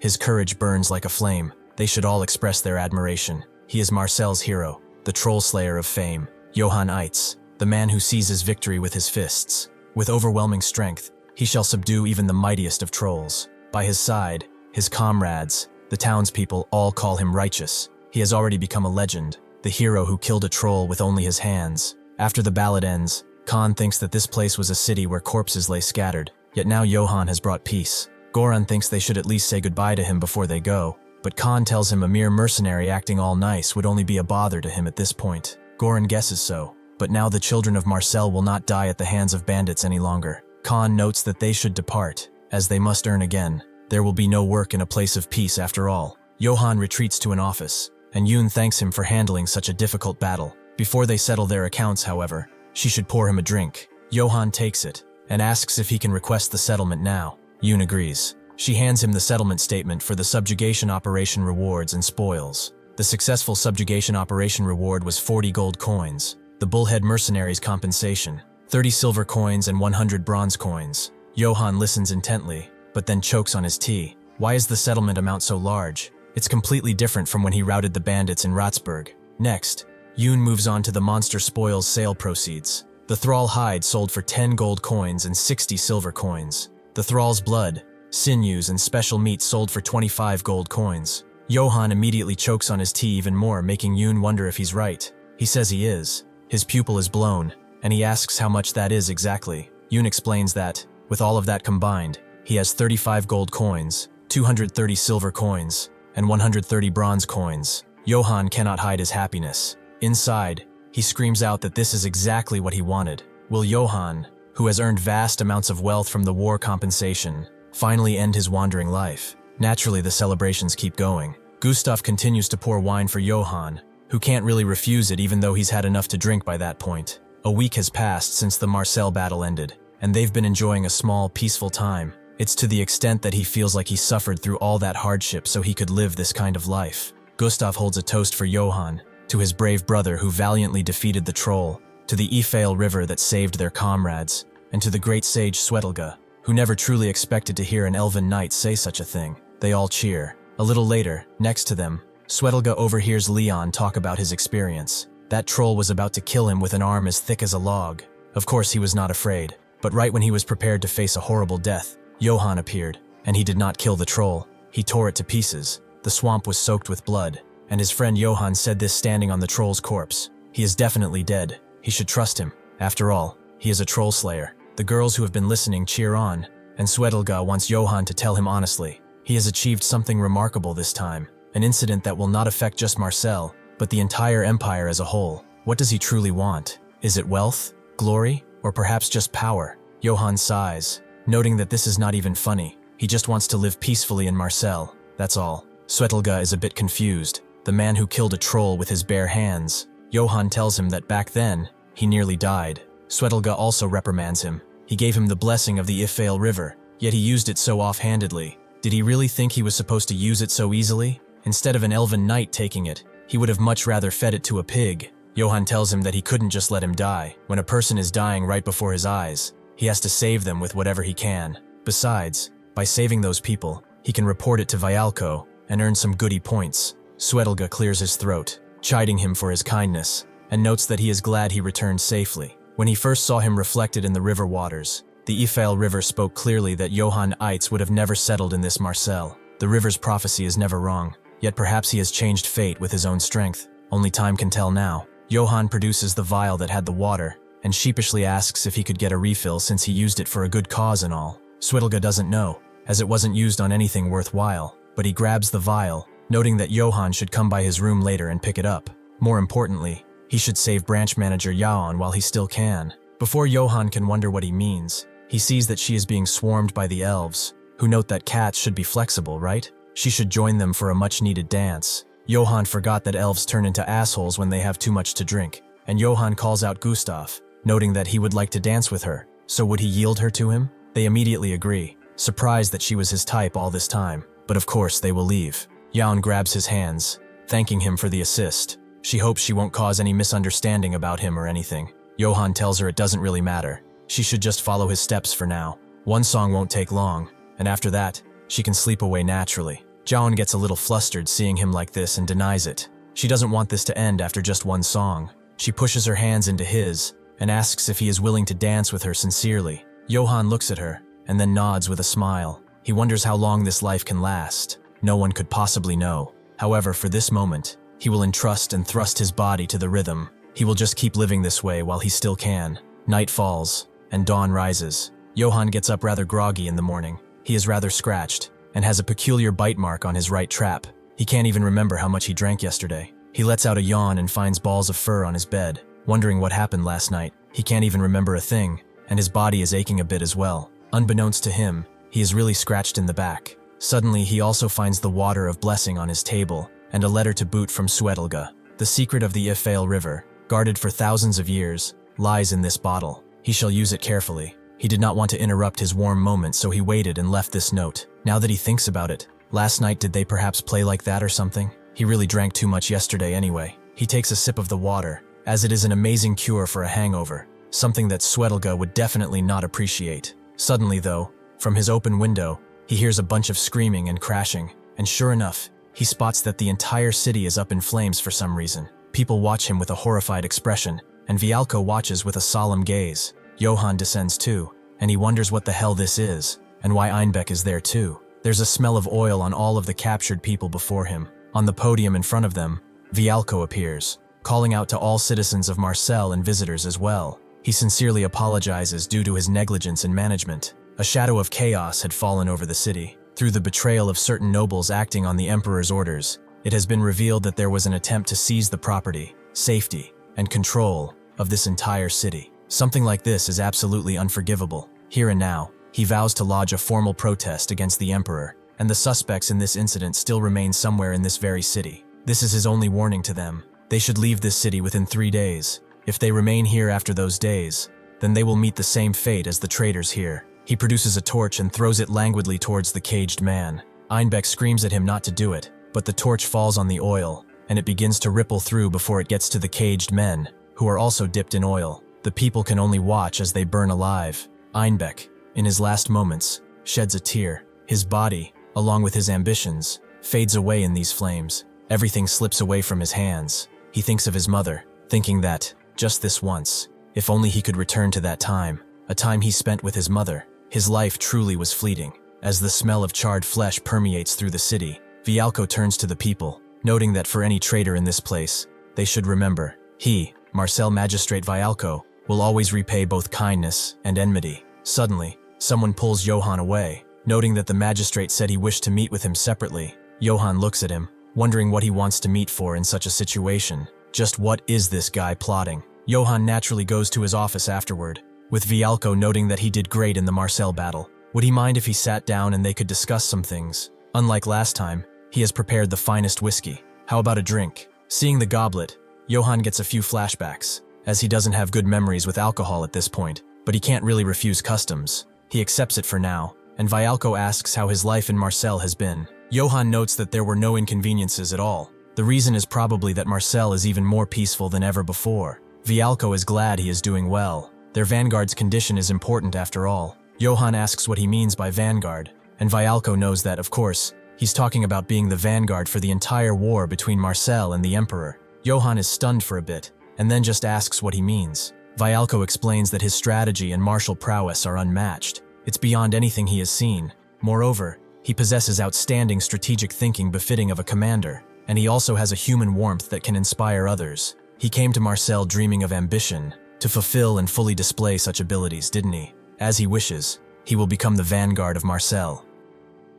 Johan gulps and apologizes, but he prefers a stable and modest life to battle. He has had no intention of becoming the vanguard in a war against the Emperor. Vialco sets down the whiskey bottle. A stable and modest life? He should not speak of such nonsense. Marseille is the greatest commercial city in all of the continent, where the pro-emperor faction and anti-emperor factions have waged endless conflict over this power. The emperor's ambition has destroyed all of that balance. Moreover, he should think of the countless massacres the emperor committed in the north. One of them was his own territory. As long as the emperor lives, the peace he speaks of no longer will exist inside of the empire. Does he truly understand why they must prepare for war? He chugs the entire goblet of whiskey and slams it down on the table. Regardless of how much money it costs, or how many people will have to die, he will no longer care about that. Although he cannot become emperor himself, he has the power to crown an emperor for this empire with his own hands, so he should follow after him. If he does, then he promises to make him the emperor. He never expected something like this.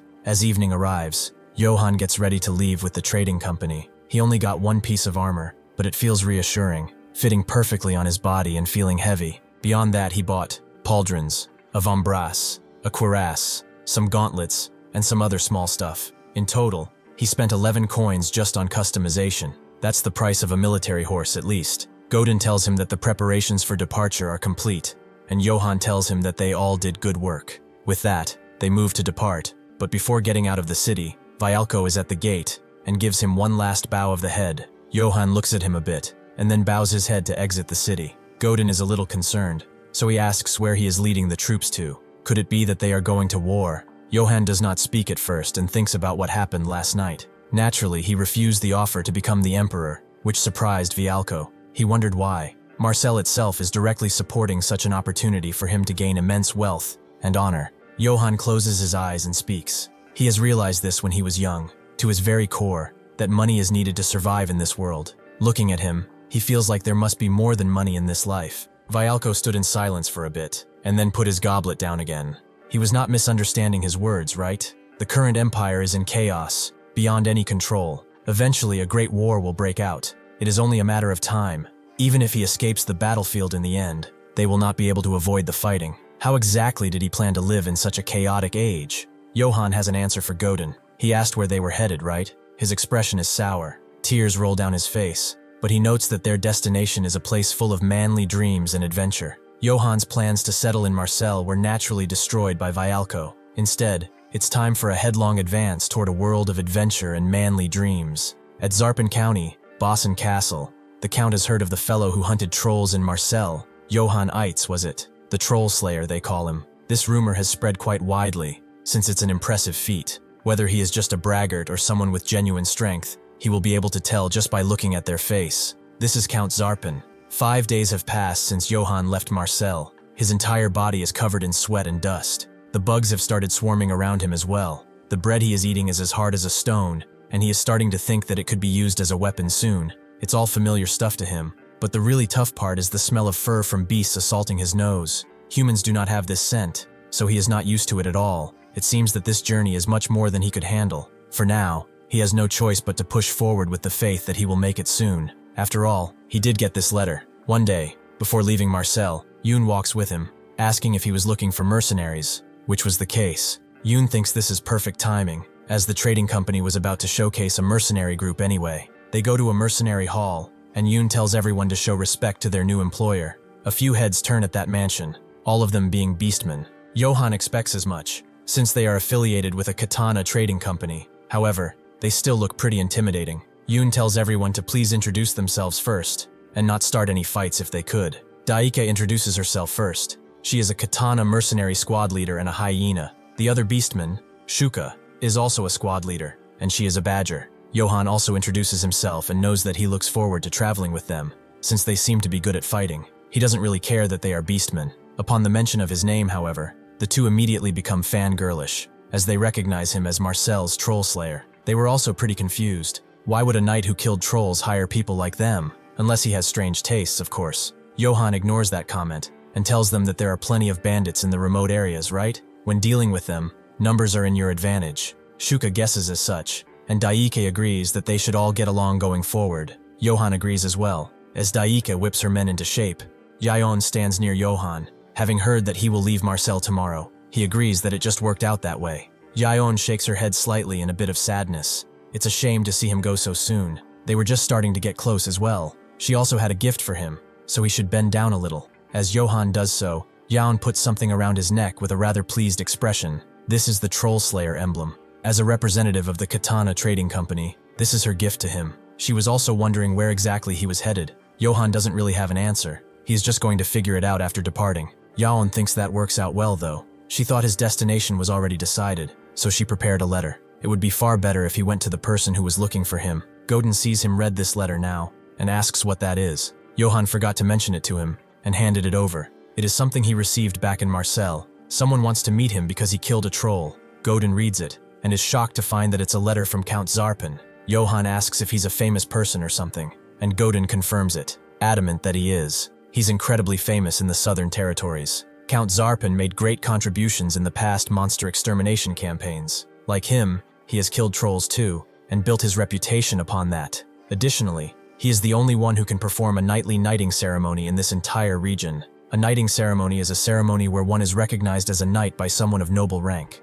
It's a form of guarantee and a sponsorship at the same time. For the recipient, it's also an opportunity for rapid advancement and strong backing. In short, it leads to incredible success. This is far more impressive than he thought. If he manages his image well, he might even be able to get a knighting ceremony too. Great. This time he will get both money and a knightly title. Suddenly, Daika spotted that there is a checkpoint ahead, but there is also a very strong stench of blood. Johann also notices that something does not feel right, and tells everyone except those protecting Gauden to stay alert. People at the checkpoint also see them, and see that the guy in front looks like a knight. They should be quiet for now. Knight or not, they die just the same when they drive a sword through them, so they should get ready to tear them apart. The soldiers stop the convoy to conduct an inspection.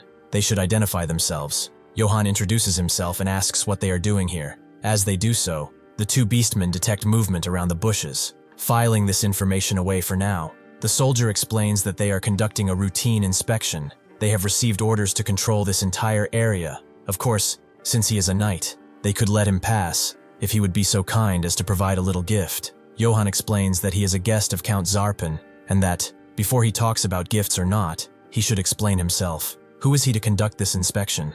He should state his rank and affiliation now. If he will not speak, he sees no reason to cooperate either. The man sees that he is an irritating bastard and immediately calls for the crossbowmen, who naturally have been waiting around the bushes. The soldier calls Johann a fool. He could have just handed over the money and left. Why would he embarrass himself in front of his men? What house is he from anyway? Well, he won't let him off easy. He should just hand over everything he has, not holding a single thing back. As he said before, this is an inspection, so he should not take any sort of offense from this. Johann tells him that if he wishes to see blood, he will not stop him, but for the sake of his men, he would rather avoid bloodshed. The soldier tells him to buzz off, as he is trying to show off until the end. Immediately, he gives out the order for the crossbowmen to fire, but before they can even do that, Kuramov jumps in at Johann's order, swiping at the crossbowmen and dealing with them whole. Before the soldier can wonder what is happening, Daika crashes in with her weapon and smashes it into him, killing him in an instant. The soldiers see this and begin whipping out their blades, but before Johann can react, Shuka moves in, and, using her expert precision as a rogue, cuts them up.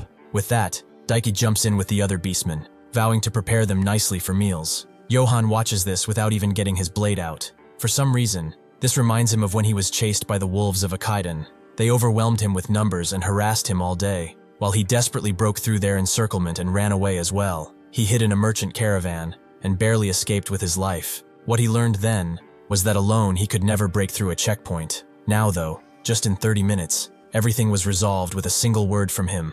Daiki notes that they subdued them all, and Johann tells them they did good work. One of the beastmen finds a nice necklace on one of the soldiers. It's probably stolen, but it doesn't really matter. It is his now. Daiki assesses the quality of the corpses and sees that they are extremely filthy. Even beasts are more decent than these guys. Additionally, the sources of the blood stench were civilian corpses. Johann goes to one of the soldiers they let leave to interrogate and tells him to identify himself. What were they doing here? The man in tears explains that they are deserters.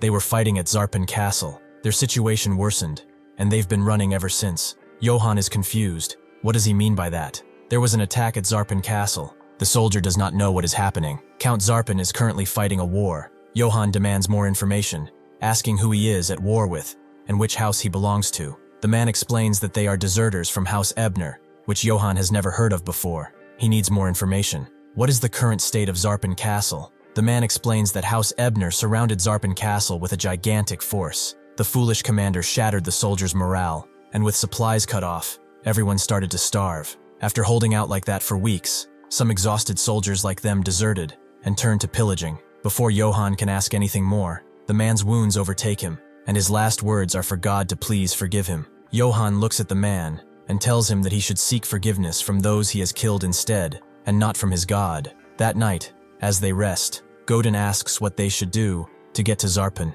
They would have to break through the battlefield, right? Was Count Zarpin hoping for his participation in the war when he invited them, perhaps? Godin has a point, Johann thinks. If he participates in the war and achieves merit, he'll likely receive a knighthood from Zarpin, but can he even enter the castle? He'd need to meet Zarpin first to decide about the war or rewards, but the battlefield is blocking their way. He continues looking at the fire and remembers Vialko's words that even if he escapes the battlefield, he will eventually have no choice but to fight. Suddenly, Daika comes along and explains that a group of merchants is heading this way. Johann tells them to let them pass, but Daiki also notes that their numbers seem to be quite large. Johann can see that from their clearing too. The line isn't even visible at the end. It makes sense that merchants would come since the war broke out and all. If that is the case, they will head to one of the two places, Zarpin or Ebner, right? Like when he traveled with Eden's trading company before. If he joins up with them, he might be able to enter Zarpin Castle without much issue. He tells Daike and Shuka to serve as his guards. They shall introduce themselves at the very least. As they approach the guards, they tell them to halt and identify themselves at once. Johann introduces himself and asks where they are headed. The guard asks if he is a knight of a noble house, but then why doesn't he have a house crest or banner? Johann can't really answer. If he were him, he wouldn't be able to either, since his house got ruined and all. Seeing him not answering, the guard pulls his blade out, telling him that he is a bandit knight, so he should get lost now. This is the last time they will be showing mercy. Shuka tells them not to be so rude to a noble knight, with Daik agreeing. Perhaps he wants to die. The guards immediately feel the pressure and get second thoughts about doing this, but immediately, a merchant screams at them to stop right there. This is the merchant Doris. He calls his guards dim-witted bastards. Do they not see that knight's emblem? That's the Troll Slayer's emblem, granted by Marcel itself. He bows down to Johann, slightly apologizing for their rudeness. They, ignorant fools, fail to recognize such a great knight. He is Sir Johann, is he not? Doris of the Argonne Trading Company would like to hold a small banquet to apologize for their rudeness. Would it be acceptable if he asked for his attendance? Sure enough, Johann agrees, and his mercenaries get treated to a meal. Inside, the real banquet begins. Doris is truly grateful that he accepted their request. He worries the banquet may be too modest for his state, however. Johann, seeing the women and the food, wonders if this is modest for him. He says it's quite satisfactory. He appreciates the hospitality. He takes a drink of the goblet, thinking that the food seems to contain no poison. Not that it matters since he has the water of blessing on hand anyway. He will ask where they are headed once the conversation warms up. Wherever they are going, if he establishes good relationships, it will definitely help in some way. Doris asks if it is true that he killed a troll with his bare hands, but just as Johann begins to tell the story, a familiar voice rings out, noting that he did not expect to see him here. It's Khan, who seems rather drunk, and he asks if he remembers this ugly mug. Johann was really disappointed they didn't get to bid their farewells, and Khan knows that he is happy to see him again too. Doris sweats a little, noting that they seem to be acquainted. Johann notes that they have fought together, so they have a close bond. He asks if he was hired by Doris. He should have a drink. Khan thanks him for this precious drink, and his expression turns serious. His voice drops to a level that only Johann can hear, as he asks if he remembers someone named Lord Gamson. Johann remembers that name. Gamson was the one who stole his sword and horse, then had his head cut off by Khan. But what's with this Lord title? Khan tells him that Lord Doris is someone even more noble than Lord Gamson. He swears Lord Doris will treat him even with greater sincerity than Lord Gamson.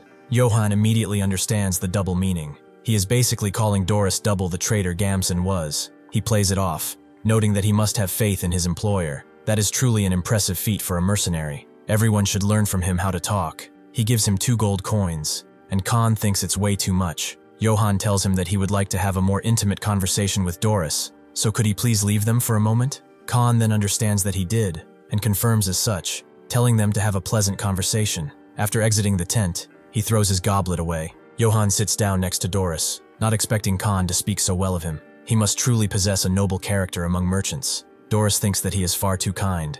As a person, isn't it only natural to be noble? Johann puts a hand over his shoulder, noting that he should repay hospitality with hospitality after all. He will share some good information with him. The truth is, Gamson was the name of a traitor who had his head cut off by the man who had just left. Isn't that just interesting? Upon hearing this, Doris immediately calls for the guards, but Johann just tightens his hold in turn, making the dancers and consorts around scream as Johann chokes him. Doris's bodyguard hears this and immediately comes inside, wondering what is going on. but Johann just smacks him over the head and leaves him unconscious. Another approaches as he hears the loud sound. Another one of his bodyguards comes inside, and Johann does the same thing, again and again, as they come in basically a line. Doris wonders how things turned out like this. Just what on earth happened? A week earlier, at the Argon Trading Company barracks, Doris met up with a bunch of merchants who were wondering what he was going to say. What is the reason he called them all the way here? It appears that there is a big profit to be made, isn't there? Doris told them not to be hasty, and listen to what he has to say first. It will be a very tempting proposal. Right now they are supporting House Ebner. In other words, they are providing war supplies. One of the merchants wondered what he meant by war supplies. He thought they were going to Ebner's territory to trade. Doris wagged his finger, noting that their information gathering is rather slow. How can they make a living as merchants that way? Right now, it appears that House Ebner is at war with Zarpan House. Bosun Castle in Zarpan is currently besieged, and their commander is Sir Stefan, the youngest of Ebner, so they will sell war materials to Stefan. The merchants wondered if he had officially lost it. Stefan is a notorious fool. How could they conduct business with such an idiot? Doris notes that this is exactly it. That fool will likely squander their goods. He won't even have the ability to repay properly. But Stefan's mother, Countess Ebner, exists, does she not?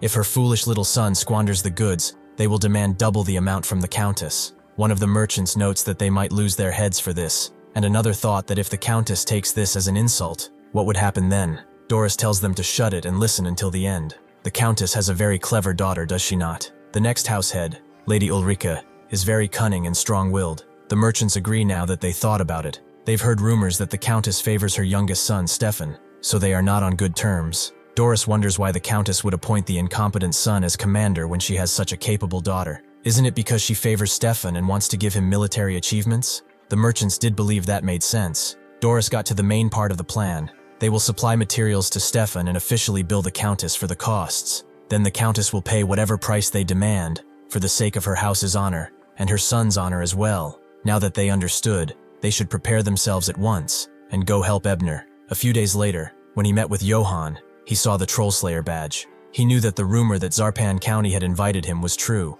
If he captures a future enemy noble beforehand, won't he get some credit in the war as well? Then he might receive some unimaginable rewards. He explains all of this to Johann, who understands he was planning to kidnap him. But this is rather ridiculous. Does he know what he's done? Doris, on his knees, along with every single one of his guards, notes that this was just a big misunderstanding. They were merely following proper hospitality customs and such to ensure his comfort. They absolutely harbored no ill intent. Johann calls for Khan and Goran to say it once more, and they agree. Goran explained that Doris ordered them to restrain him and attack his party as well. Doris mutters under his breath, asking how dare they betray him, but Johann hears him. It appears that he has admitted to his crime with his own mouth. He was trying to see whose side these people were on, but it was Ebner's side after all, just as he expected. He throws something on the ground roughly and notes that he violated hospitality customs and has insulted him on a much deeper level than anyone else has before. He knows the punishment that insulted nobles impose, does he not? Doris can basically imagine it, and he doesn't like what he is seeing, so he begs to be spared. If Johann spares him, he will do whatever he commands. Johann thinks a bit on it. As this is a tempting offer, Godin wonders what they should do, even if they go to Zarpan Castle with them. Ebner's soldiers are surrounding the entire keep, so they will not be able to enter so easily. Even if they move in while mixed in with the merchants, they won't be able to meet Zarpan, right? Everyone remains silent in this moment as Johann begins to think, but then a closed-lipped smile plays at his lips. Once dawn breaks tomorrow, they will depart towards Ebner's forces that are besieging Zarpan Castle. Godin wonders if that really is wise, and is also confused as to what he is planning, since they are basically entering the enemy's camp. Unaware of his true intentions, Johann's party departed with Doris's merchants, and 3 days later, they arrived at Ebner's front lines, where their flags fly high as their spears. Meanwhile, inside the Ebner army's commander's tent, Stefan screams out, not believing that 10 people deserted in a single night. What on earth were the squad leaders there for anyway? He will have them brought to his feet at once. This is the Ebner army commander, Stefan Ebner.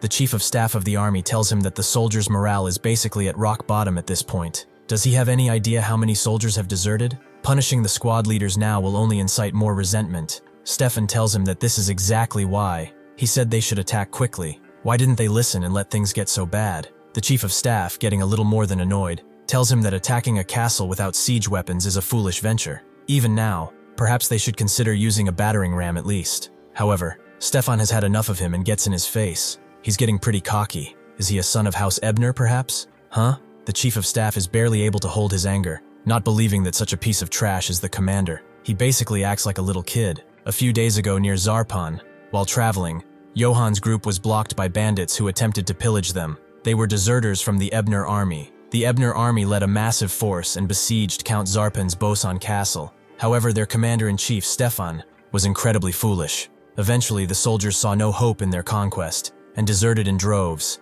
becoming bandits inside the area. As luck would have it, they ran into Johan's group and were completely wiped out. Suddenly, though, a few guards came inside, one bearing excellent news. Supply merchants have arrived on a massive scale. At that, Stefan puts one leg over the other and waves. They came right to them, did they not? They should tell them they will buy every single supply that they have. As for money, they should also tell them to go and get it from his gracious mother. The chief of staff wonders if he thinks that money just grows on trees or something, but one of the guards notes that a knight named Johann Yates has requested an audience too. Stefan himself has never heard of this Yates. He is uneasy. After he is given a letter bearing a certain sigil, the sigil of Zarpan, Stefan notes that he is a guest of Zarpan. Then, right? Johann confirms as such, and Stefan wonders if that merchant fellow next to him is his companion as well. Johann confirms as much too. Here's the merchant's travel pass as well. He should have a look. Stefan reads it pretty fast but stops at the last part, noting that the guarantor is Ebner. This is a permit from their side, is it not? Johann agrees. This man next to him has broken the customs of hospitality, as he intended to kidnap him and hand him over to his side. Therefore, he has seized the merchant, and now ownership of those supplies belongs to him. The chief of staff notes that this merchant is an idiot doing things nobody even asked. The situation really isn't great, and he whispers to Stefan that he must never grant this man's request. He must absolutely refuse this. Stefan straightens up lightly, telling him that they are currently at war, so he cannot allow supplies to be given to the enemy. Johann understands. In that case, he can simply purchase them from him. As for the price, a reasonable amount of gold should suffice, since he can just go meet Zarpan empty-handed, right? Stefan thinks that's not bad. Should they just do that then? That much they can pay with their own money. However, the chief of staff loudly clears his throat and signals that they have zero money left. Stefan immediately refuses Johann's offer. How do they know it's true that the merchant attacked him? He wants proof that his words are true. Johann calls Doris forward, and Doris immediately steps lightly forward and says that it was indeed his doing. Stefan clenches his teeth in frustration and tells him not to lie to him. He wants this man seized. Anyone can see he has the face of someone being threatened. They never even heard of someone like him. How could they possibly trust a word that comes out of his mouth? However, since the war is urgent, he will take the supplies and the merchant, and will deal with the lies later. The chief of staff breathes a sigh of relief as they somehow got through that. The situation is not over yet, as Johann doesn't take being called a liar lightly. That's a pretty heavy insult on his honor after all. Seeing this, Stefan immediately unsheathes his sword, calling him a scoundrel, and asking who he thinks he is to dare open his mouth like this and glare at him too. He will gouge his eyes out where he stands. Johann stares at his blade, and everyone just kind of tries to placate Stefan into backing down. Johann smiles as everything is going according to his plan. He calls out Stefan and notes that he will have to take responsibility for those words. The chief of staff knows what those words mean from a knight, and he tells everyone to immediately stop him. However, Johann begins to move, knowing that Stefan was an arrogant young master, and if one scratches someone like that just by a little, they will naturally react. Just as planned, very easily, a justification was created, and Johann could run wild to his heart's content, throwing everyone out of the tent. With ease, the soldiers wonder what happened, and the chief of staff tells them to protect Stefan at all costs. However, inside they don't really move, as Johann has grabbed Stefan by his uniform collar and points his sword at him. Stefan himself screams out, noting that it hurts, and cries, thinking that he is not going to stab him easily. Johann simply tells him that if he draws his sword first, he must take responsibility for his own life. That is the way of a warrior. As a soldier recognizes that crest from somewhere and sees it up close, he remembers that's definitely Marcel's Trollslayer badge. Stefan at once asks if that really is true, and the chief of staff tries to placate Johann, noting that they express their greatest respect for his achievements, so they wish for him to put his sword down. Johann asks, what about his honor that was insulted by this man? What will they do about his honor? Stefan tells them not to provoke him and just stay still for a bit. Johann continues, noting that Stefan tried to steal the supplies he rightfully claimed, and even insulted his honor by calling him a dirty liar, since he drew his blade first, and challenged him to a righteous duel. Is it not only right that he grants him an honorable death? Hearing this, Stefan himself immediately apologizes and begs to be spared. With the chief of staff knowing what this means, If he apologizes like this, he's basically admitting that he was wrong. Johann asks if he accepts all of his claims, and Stefan agrees. He admits everything was his fault. Johann smiles and turns back to let him go, turning back to everyone as they have heard him, right? As the right of the victor which they will honor, he will be taking Stefan with him. Stefan is confused. Is he taking him as a prisoner? Is he not afraid of his house? Johann tells him that he admitted to everything with his own mouth, and Stefan doesn't really know what to say, so he turns to the chief of staff to make him say something, but none of the guards do. The chief of staff tells Stefan to please comply, as there is nothing they can do about this. At the main gate of Bosun Castle, a few of the guards wonder just how long these Ebner bastards are planning to hold out. They haven't been able to sleep properly for days because of them. Suddenly, however, they see a bunch of merchants arrive, and they are going right through Ebner's camp. The two dwarf guards think that they should stand guard just in case, but another comes and screams at them to open the gates at once. One of the guards asks what he's talking about. Open the gates just like that. The dwarf that came catches his breath and, rather breathlessly, tells them that the Ebner commander-in-chief, Stefan, has been captured and is being led inside the castle right now. The dwarf watchguards are shocked to hear that the commander-in-chief of the Ebner army, Stefan, has been caught and brought here. They immediately turn to open the gates and bring him inside the castle at once, but one of them wonders, the one who ended this war, just who on earth is this knight? They go inside the inner castle of Bosun Castle, and the people of the court are surprised to see Stefan here. They heard he got caught doing something stupid at his own command post. He really is an idiot,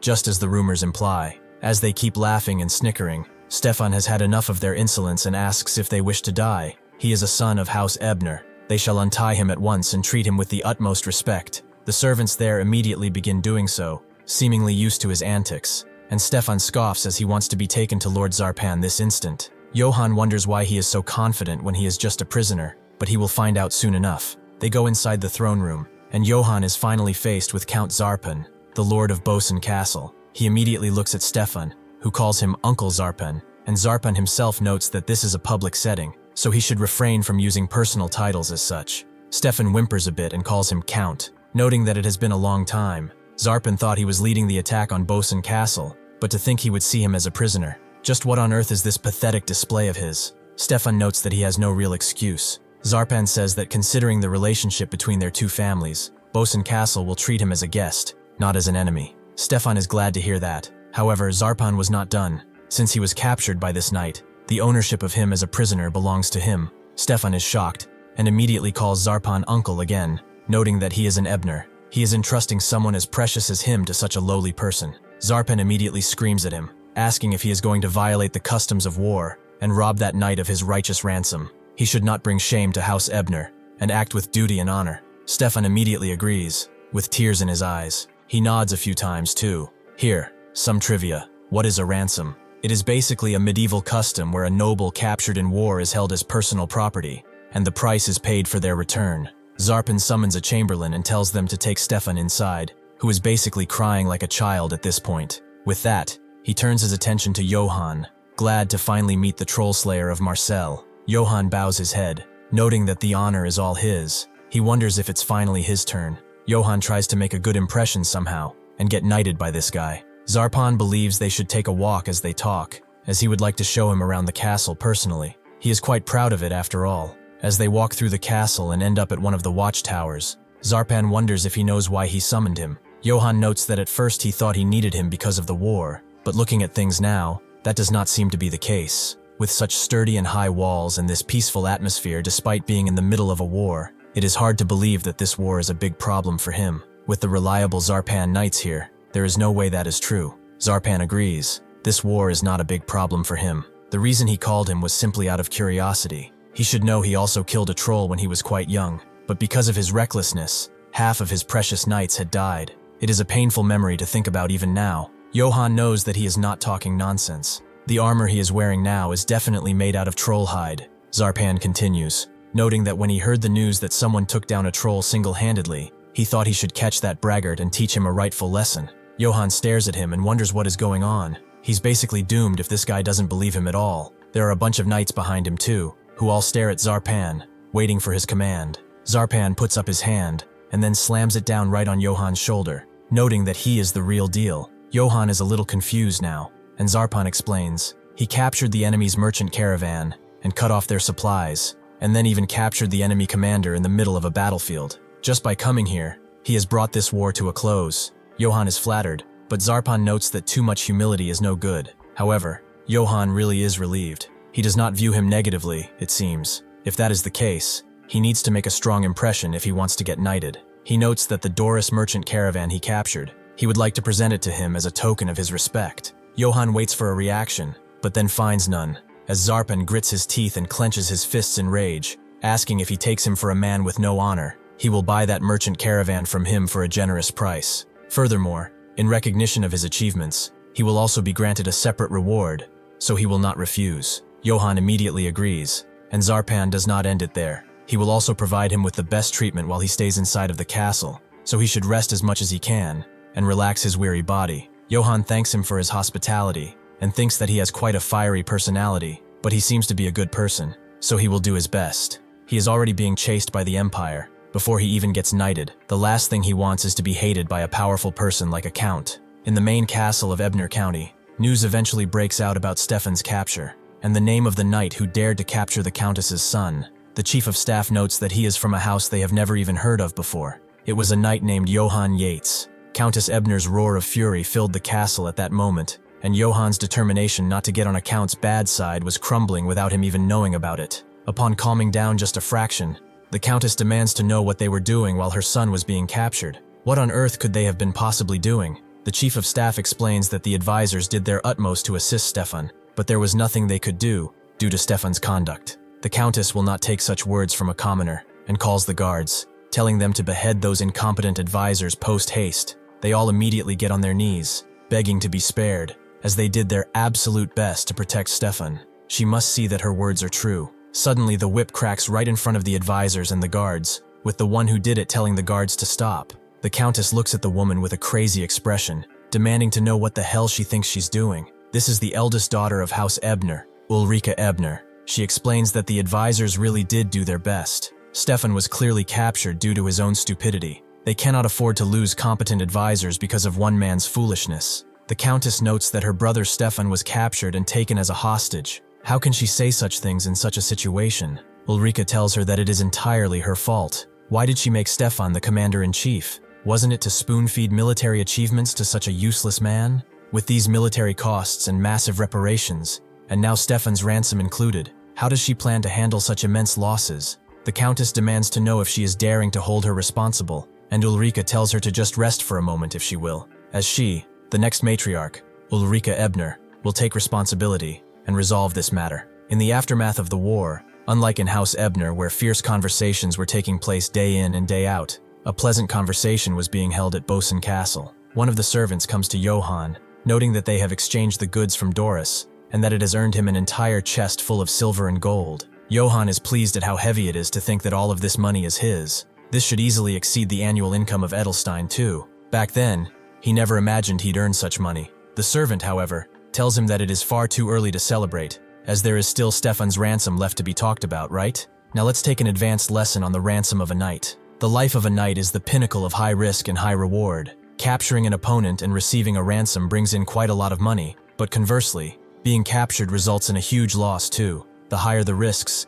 the greater the reward. However, Johann has captured Stefan, the son of a famous house. The ransom that they will pay for Stefan is whatever he names. As he walks with Count Zarpan, he asks if he enjoys the gifts, which Johann does. There was a silver shield and sword engraved with a troll slayer crest, a chainmail made by the dwarves, and finally Don Gnome, a famed horse mixed with monster blood. He offers his deepest gratitude for such hospitality. Zarpan is glad that he likes them, and he also notes that there is a noble who would be a good match for him. Why does he not go and meet them? Johann is a little pleased, thinking that he finally gets to build connections with the upper class. He will not miss such an opportunity, so he agrees. Zarpan, however, just kind of trolls him and puts him right in front of Stefan, with both of them staring at each other with rather confused and disgusted looks. With this, Zarpan cheerfully extracts himself from the room, and Stefan immediately smacks the table, getting up and calling Johann a lowly brat. The moment he returns to Ebner, he will challenge him to a righteous duel. Johann wonders why he's not doing it now,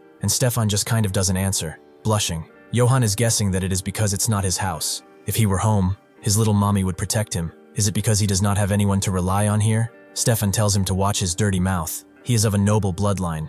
He was born differently from someone like him. Johann understands. So, how much does Stefan think the house will pay him for his ransom? Stefan scoffs, as he will not speak with such a lowly person like him about such things. Johann turns around, believing that it is quite disappointing, and walks towards the fireplace. He is not going to do anything much, but maybe they should just get a little closer, right? As Johann points the hot iron at Stefan, Stefan demands to know what he is doing. Does he not want to receive his ransom? Johann smiles a little, noting that Stefan is expensive in the first place, so why doesn't he try to scare him a bit? Maybe it will rise up in value. As he points his hot rod towards Stefan, Stefan cries out, noting that he gets it. He will tell him he is worth 100 imperial gold coins. No, that would be 200 gold coins. Johann pulls his hot rod away from Stefan's face, and notes that he is ridiculously expensive, isn't he? This will be the most money he has ever had. Stefan himself is a little confused. He heard he was an honest knight, but does this guy look honest in any way? Johann sits down, noting that it is much easier for both of them when he answers kindly.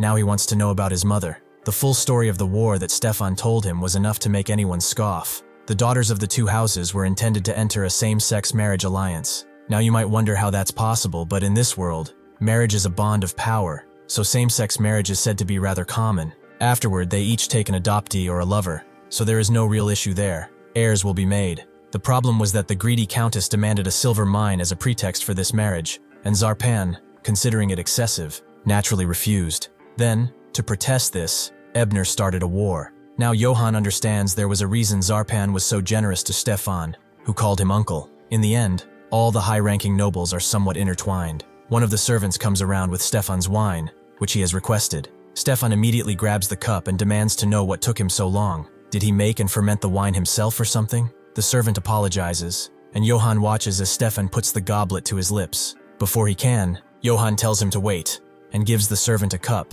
telling him to have a drink first. Before all of this, Johann told Stefan that this wine was seized from Doris. It made its way back here, after all it seems. Before the servant left, Johann called him back and told Stefan to put that glass down. Johann was rather curious. Why did he bring the glass already filled? The servant apologizes. He did not know the proper etiquette of serving them yet. It is a mistake on his part, but it is pretty clear by the shaking and sweat on his face that he is lying. So Johann told him that, since his work serving them is so hard, he should have a reward and a drink. The servant thanked him for his hospitality, immediately accepting the goblet rather sheepishly. Stefan wonders what he is doing, and Johann then tells the servant to drink the wine from that glass as well, making his face immediately drop. However, Johann is adamant, telling him to drink it with a stern face. Before he can, the servant drops the goblet to the ground and immediately bows his head, with Stefan now realizing too that the goblet was poisoned. Before all of this, someone gave the servant a poison called the Nessos tear. A single drop could kill everyone in this entire castle, so he should apply a thin layer to the glass that Stefan will drink from. All he has to do is give him the glass and then leave. His reward now is 1 gold coin. Upon completion of this task, he will be given 2 more gold coins. The servant thought it would be okay. Stefan was the enemy in the war after all, so it would not be a big deal if he died. This one time will solve everything, so doing it just this once will allow him to save his poor family. Now he is being dragged away by the guards, begging to be forgiven, but the guards offer him no pity. He dared to poison a noble's glass, but his life is essentially over. Johann looks back at Stefan, who immediately picks up the chair and defends himself, noting that it was not him. He did not order this. He indeed told him to bring the wine. Still, he never told him to put poison in it. Johann asks what the hell he's talking about. The poison was in his glass. Someone was not trying to kill him, but they were trying to kill Stefan. Indeed, a servant would not do something like this on their own. There must be someone behind it. Does he have anyone in mind? Stefan screams that it is Ulrika, that crazy woman who finally tried to get him. Johann wonders who that is, and he explains that it's his sister. She is the only one who would do something like this. That crazy, scary woman. He knew the way she looked at him was rather suspicious. Johann doesn't get it. Why would his sister try to kill him like this? Are they not family? Stefan wonders how he should know such a thing. She's been a lunatic from the very beginning. Johann thinks that seeing how this bastard usually behaves, she may have a reason, and he might be at fault too. Stefan scoffs, noting that he will have to report all of this to the Countess, and Johann thinks this is pretty unbelievable. He even remembers a saying from his past life. Real-life siblings are supposedly hardwired into their genes to automatically hate each other. Meanwhile, at the main gate of Bosun Castle, word of what happened naturally spreads everywhere, and the guards immediately tell the traveler to stop.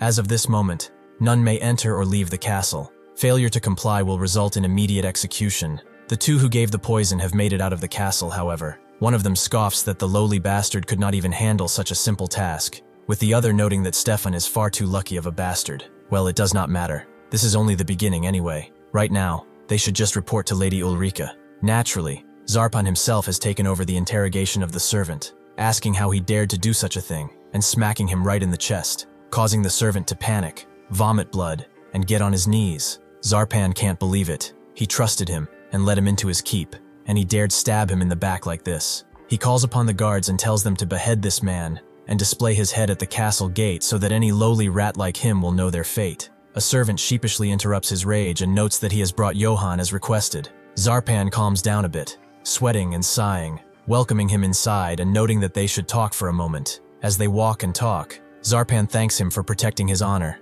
Johann cleaned his mess for him, it seems. Johann notes that he only did what had to be done, and he hesitates to ask this, but who does he think is behind the incident? Zarpan himself notes that it must be Ulrika's work. She likely intended to kill Stefan to eliminate the need for some ransom payment. Using death as a pretext, she would challenge the prisoner guarantee obligation, claiming that a dishonorable promise with Zarpan is pretty worthless, so she would try to nullify the reparations as well. At the same time, she might have tried to frame Johann, an eyesore to her, even though they had not met each other, for the assassination, and get rid of him through a trial before the court. Johann wonders why he is dragged into all of this, and Zarpan explains that the reparation negotiations for this war have concluded. Considering the massive amount they have to pay, it is not surprising that they would hold a grudge against him. Ulrika has been a persistently cruel child from a young age. She once tied up a defiant stallion and whipped it until it died. Now that she is grown, she is not an easy opponent to counter, even for someone like him. Anyway, thanks to him,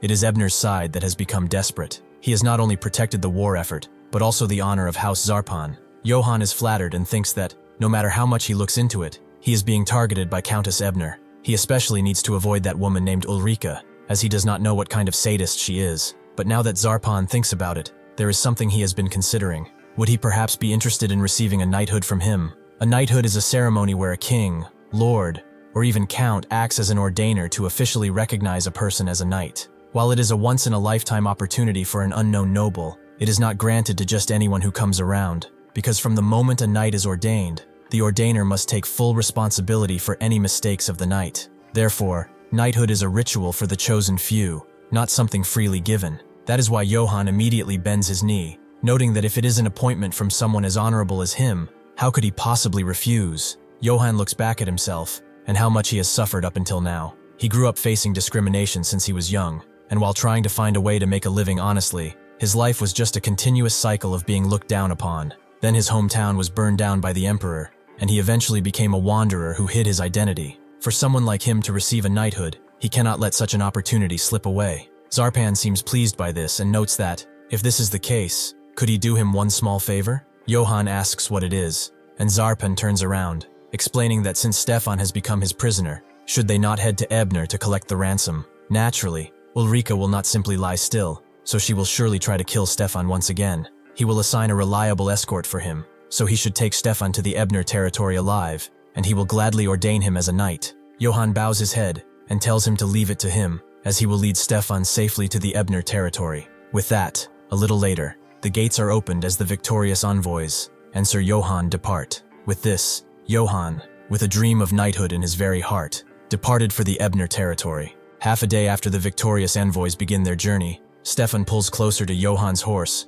and notes that the sun is about to set. What is he going to do about this? He's not planning to sleep on the road, is he? Two of Zarpan's bodyguard knights tell him that this is a pathetic display for a knight. He should have some shame. However, Stefan notes they saw it too. A group of bandits just attacked them out of the blue, and Johann just hacked them into pieces like they were bread. Are they all crazy? How can they be so calm? He does not wish to die in such a place. The bodyguard knights reminisce about the memory with glee. That was a truly enchanting sight. They were rather jealous of Johann's reputation at first, but seeing such a valiant figure in person made them reflect upon themselves. Stefan has had it. Every single one of them is taking Johann's side. He is the youngest of House Ebner, and he is scared of bandits and assassins. So why won't anyone listen to him? Johann calls out his name and notes that he does have a point, so they should head to a nearby village and rest there for the day. Stefan practically beams at this and tells everyone to pick up their pace, as he does not want to be dragged down by a lowly lot. They make their way to the nearby village, and Johann is a little confused as this place does seem familiar somehow. The chief of the village is informed that some Zarpan knights have arrived, and he immediately goes to greet them, but the chief is immediately shocked to see Johann, who does not know who he is. The chief introduces himself as the one from Rusbek. The village kids once messed with his sword as a prank, and he honorably spared them. Johann remembers it now. This is Rusbek village, right? Stefan points out that this is a rather filthy and poor village. They should prepare clean water and a banquet post haste, and bring him 3 of the prettiest maidens out there, for he is none other than the renowned son of House Ebner. Before he can finish, Johann tackles him like a quarterback to the ground, and Stefan asks what that was for. Has he gone senile or something? Johann tells him that he knew he was dumb, but he did not know it was to such an extent. He's making enemies out of people and even trying to reveal his full name. Is he trying to invite assassins by spreading rumors that he is here? Johann tells the chief that they will handle the food themselves. They just want lodging, and they do not need any village maidens either. The chief understands, so they should all follow him, as they do, and the villagers recognize Johann and his title as the Troll Slayer of Marcel. As the villagers shower blessings upon him, the knight's bodyguards think that his popularity is incredible. This village is clearly in Zarpan County, but they seem to welcome him more than they welcome Zarpan's knights. Johann is a little grateful for the warm welcome, but standing out is not a good thing if it's done too much. He hopes this doesn't reach Ulrika's ears, although he has an inkling that it will. They go to an inn, and as Stefan takes his bath, he wonders if this is really the best room. As expected of a countryside village, he calls out to the knights outside his door, and hopes that they are guarding properly. If an assassin enters the room, they will all be dead. The bodyguard just tells him to rest easy, as even the count isn't guarded this heavily. There are bodyguard knights at every entrance, and Johann's mercenaries are patrolling the interior in shifts, with Johann right next door. If anything happens, he will surely rush to protect him. Stefan naturally still feels anxious about it. Ulrika is someone capable of anything after all. Suddenly he hears a little rustling above him, and through a small hole, a cute rat drops on his head. He looks at the rat, and the rat looks at him, before Stefan begins screaming like a little girl. Almost immediately, Johann bursts through the wall with a mighty punch, and catches the rat, shocking Stefan. He steps inside, having thought it was an assassin or something, but it was just a mere rat. How can he be screaming so hard over something so small? At that moment, Stefan thought to himself that more than the rat, or an assassin that's out to get him, Johann was indeed the most horrifying. The guards come inside, wondering what happened, with Johann claiming that it was just a rat. The bodyguards wonder what kind of rat made that huge hole, and Johann just leaves it at that. At dawn, as Johann patrols around the village, he thinks that he came to walk around just in case, but it's peaceful. As expected, it seems like no assassins will be coming tonight. Perhaps he is being too overprotective. Suddenly though, the bodyguards approach him, noting that there is a guest here to see him. Johann wonders who it could be, looking for him at this hour, but, in response, Ulrika just tightens her whip around the bodyguard's neck. She is finally glad to meet Johann Yates. She has some good liquor with her, so how about they drink it? Just the two of them, somewhere a little nicer. Thank you for watching. See you next time.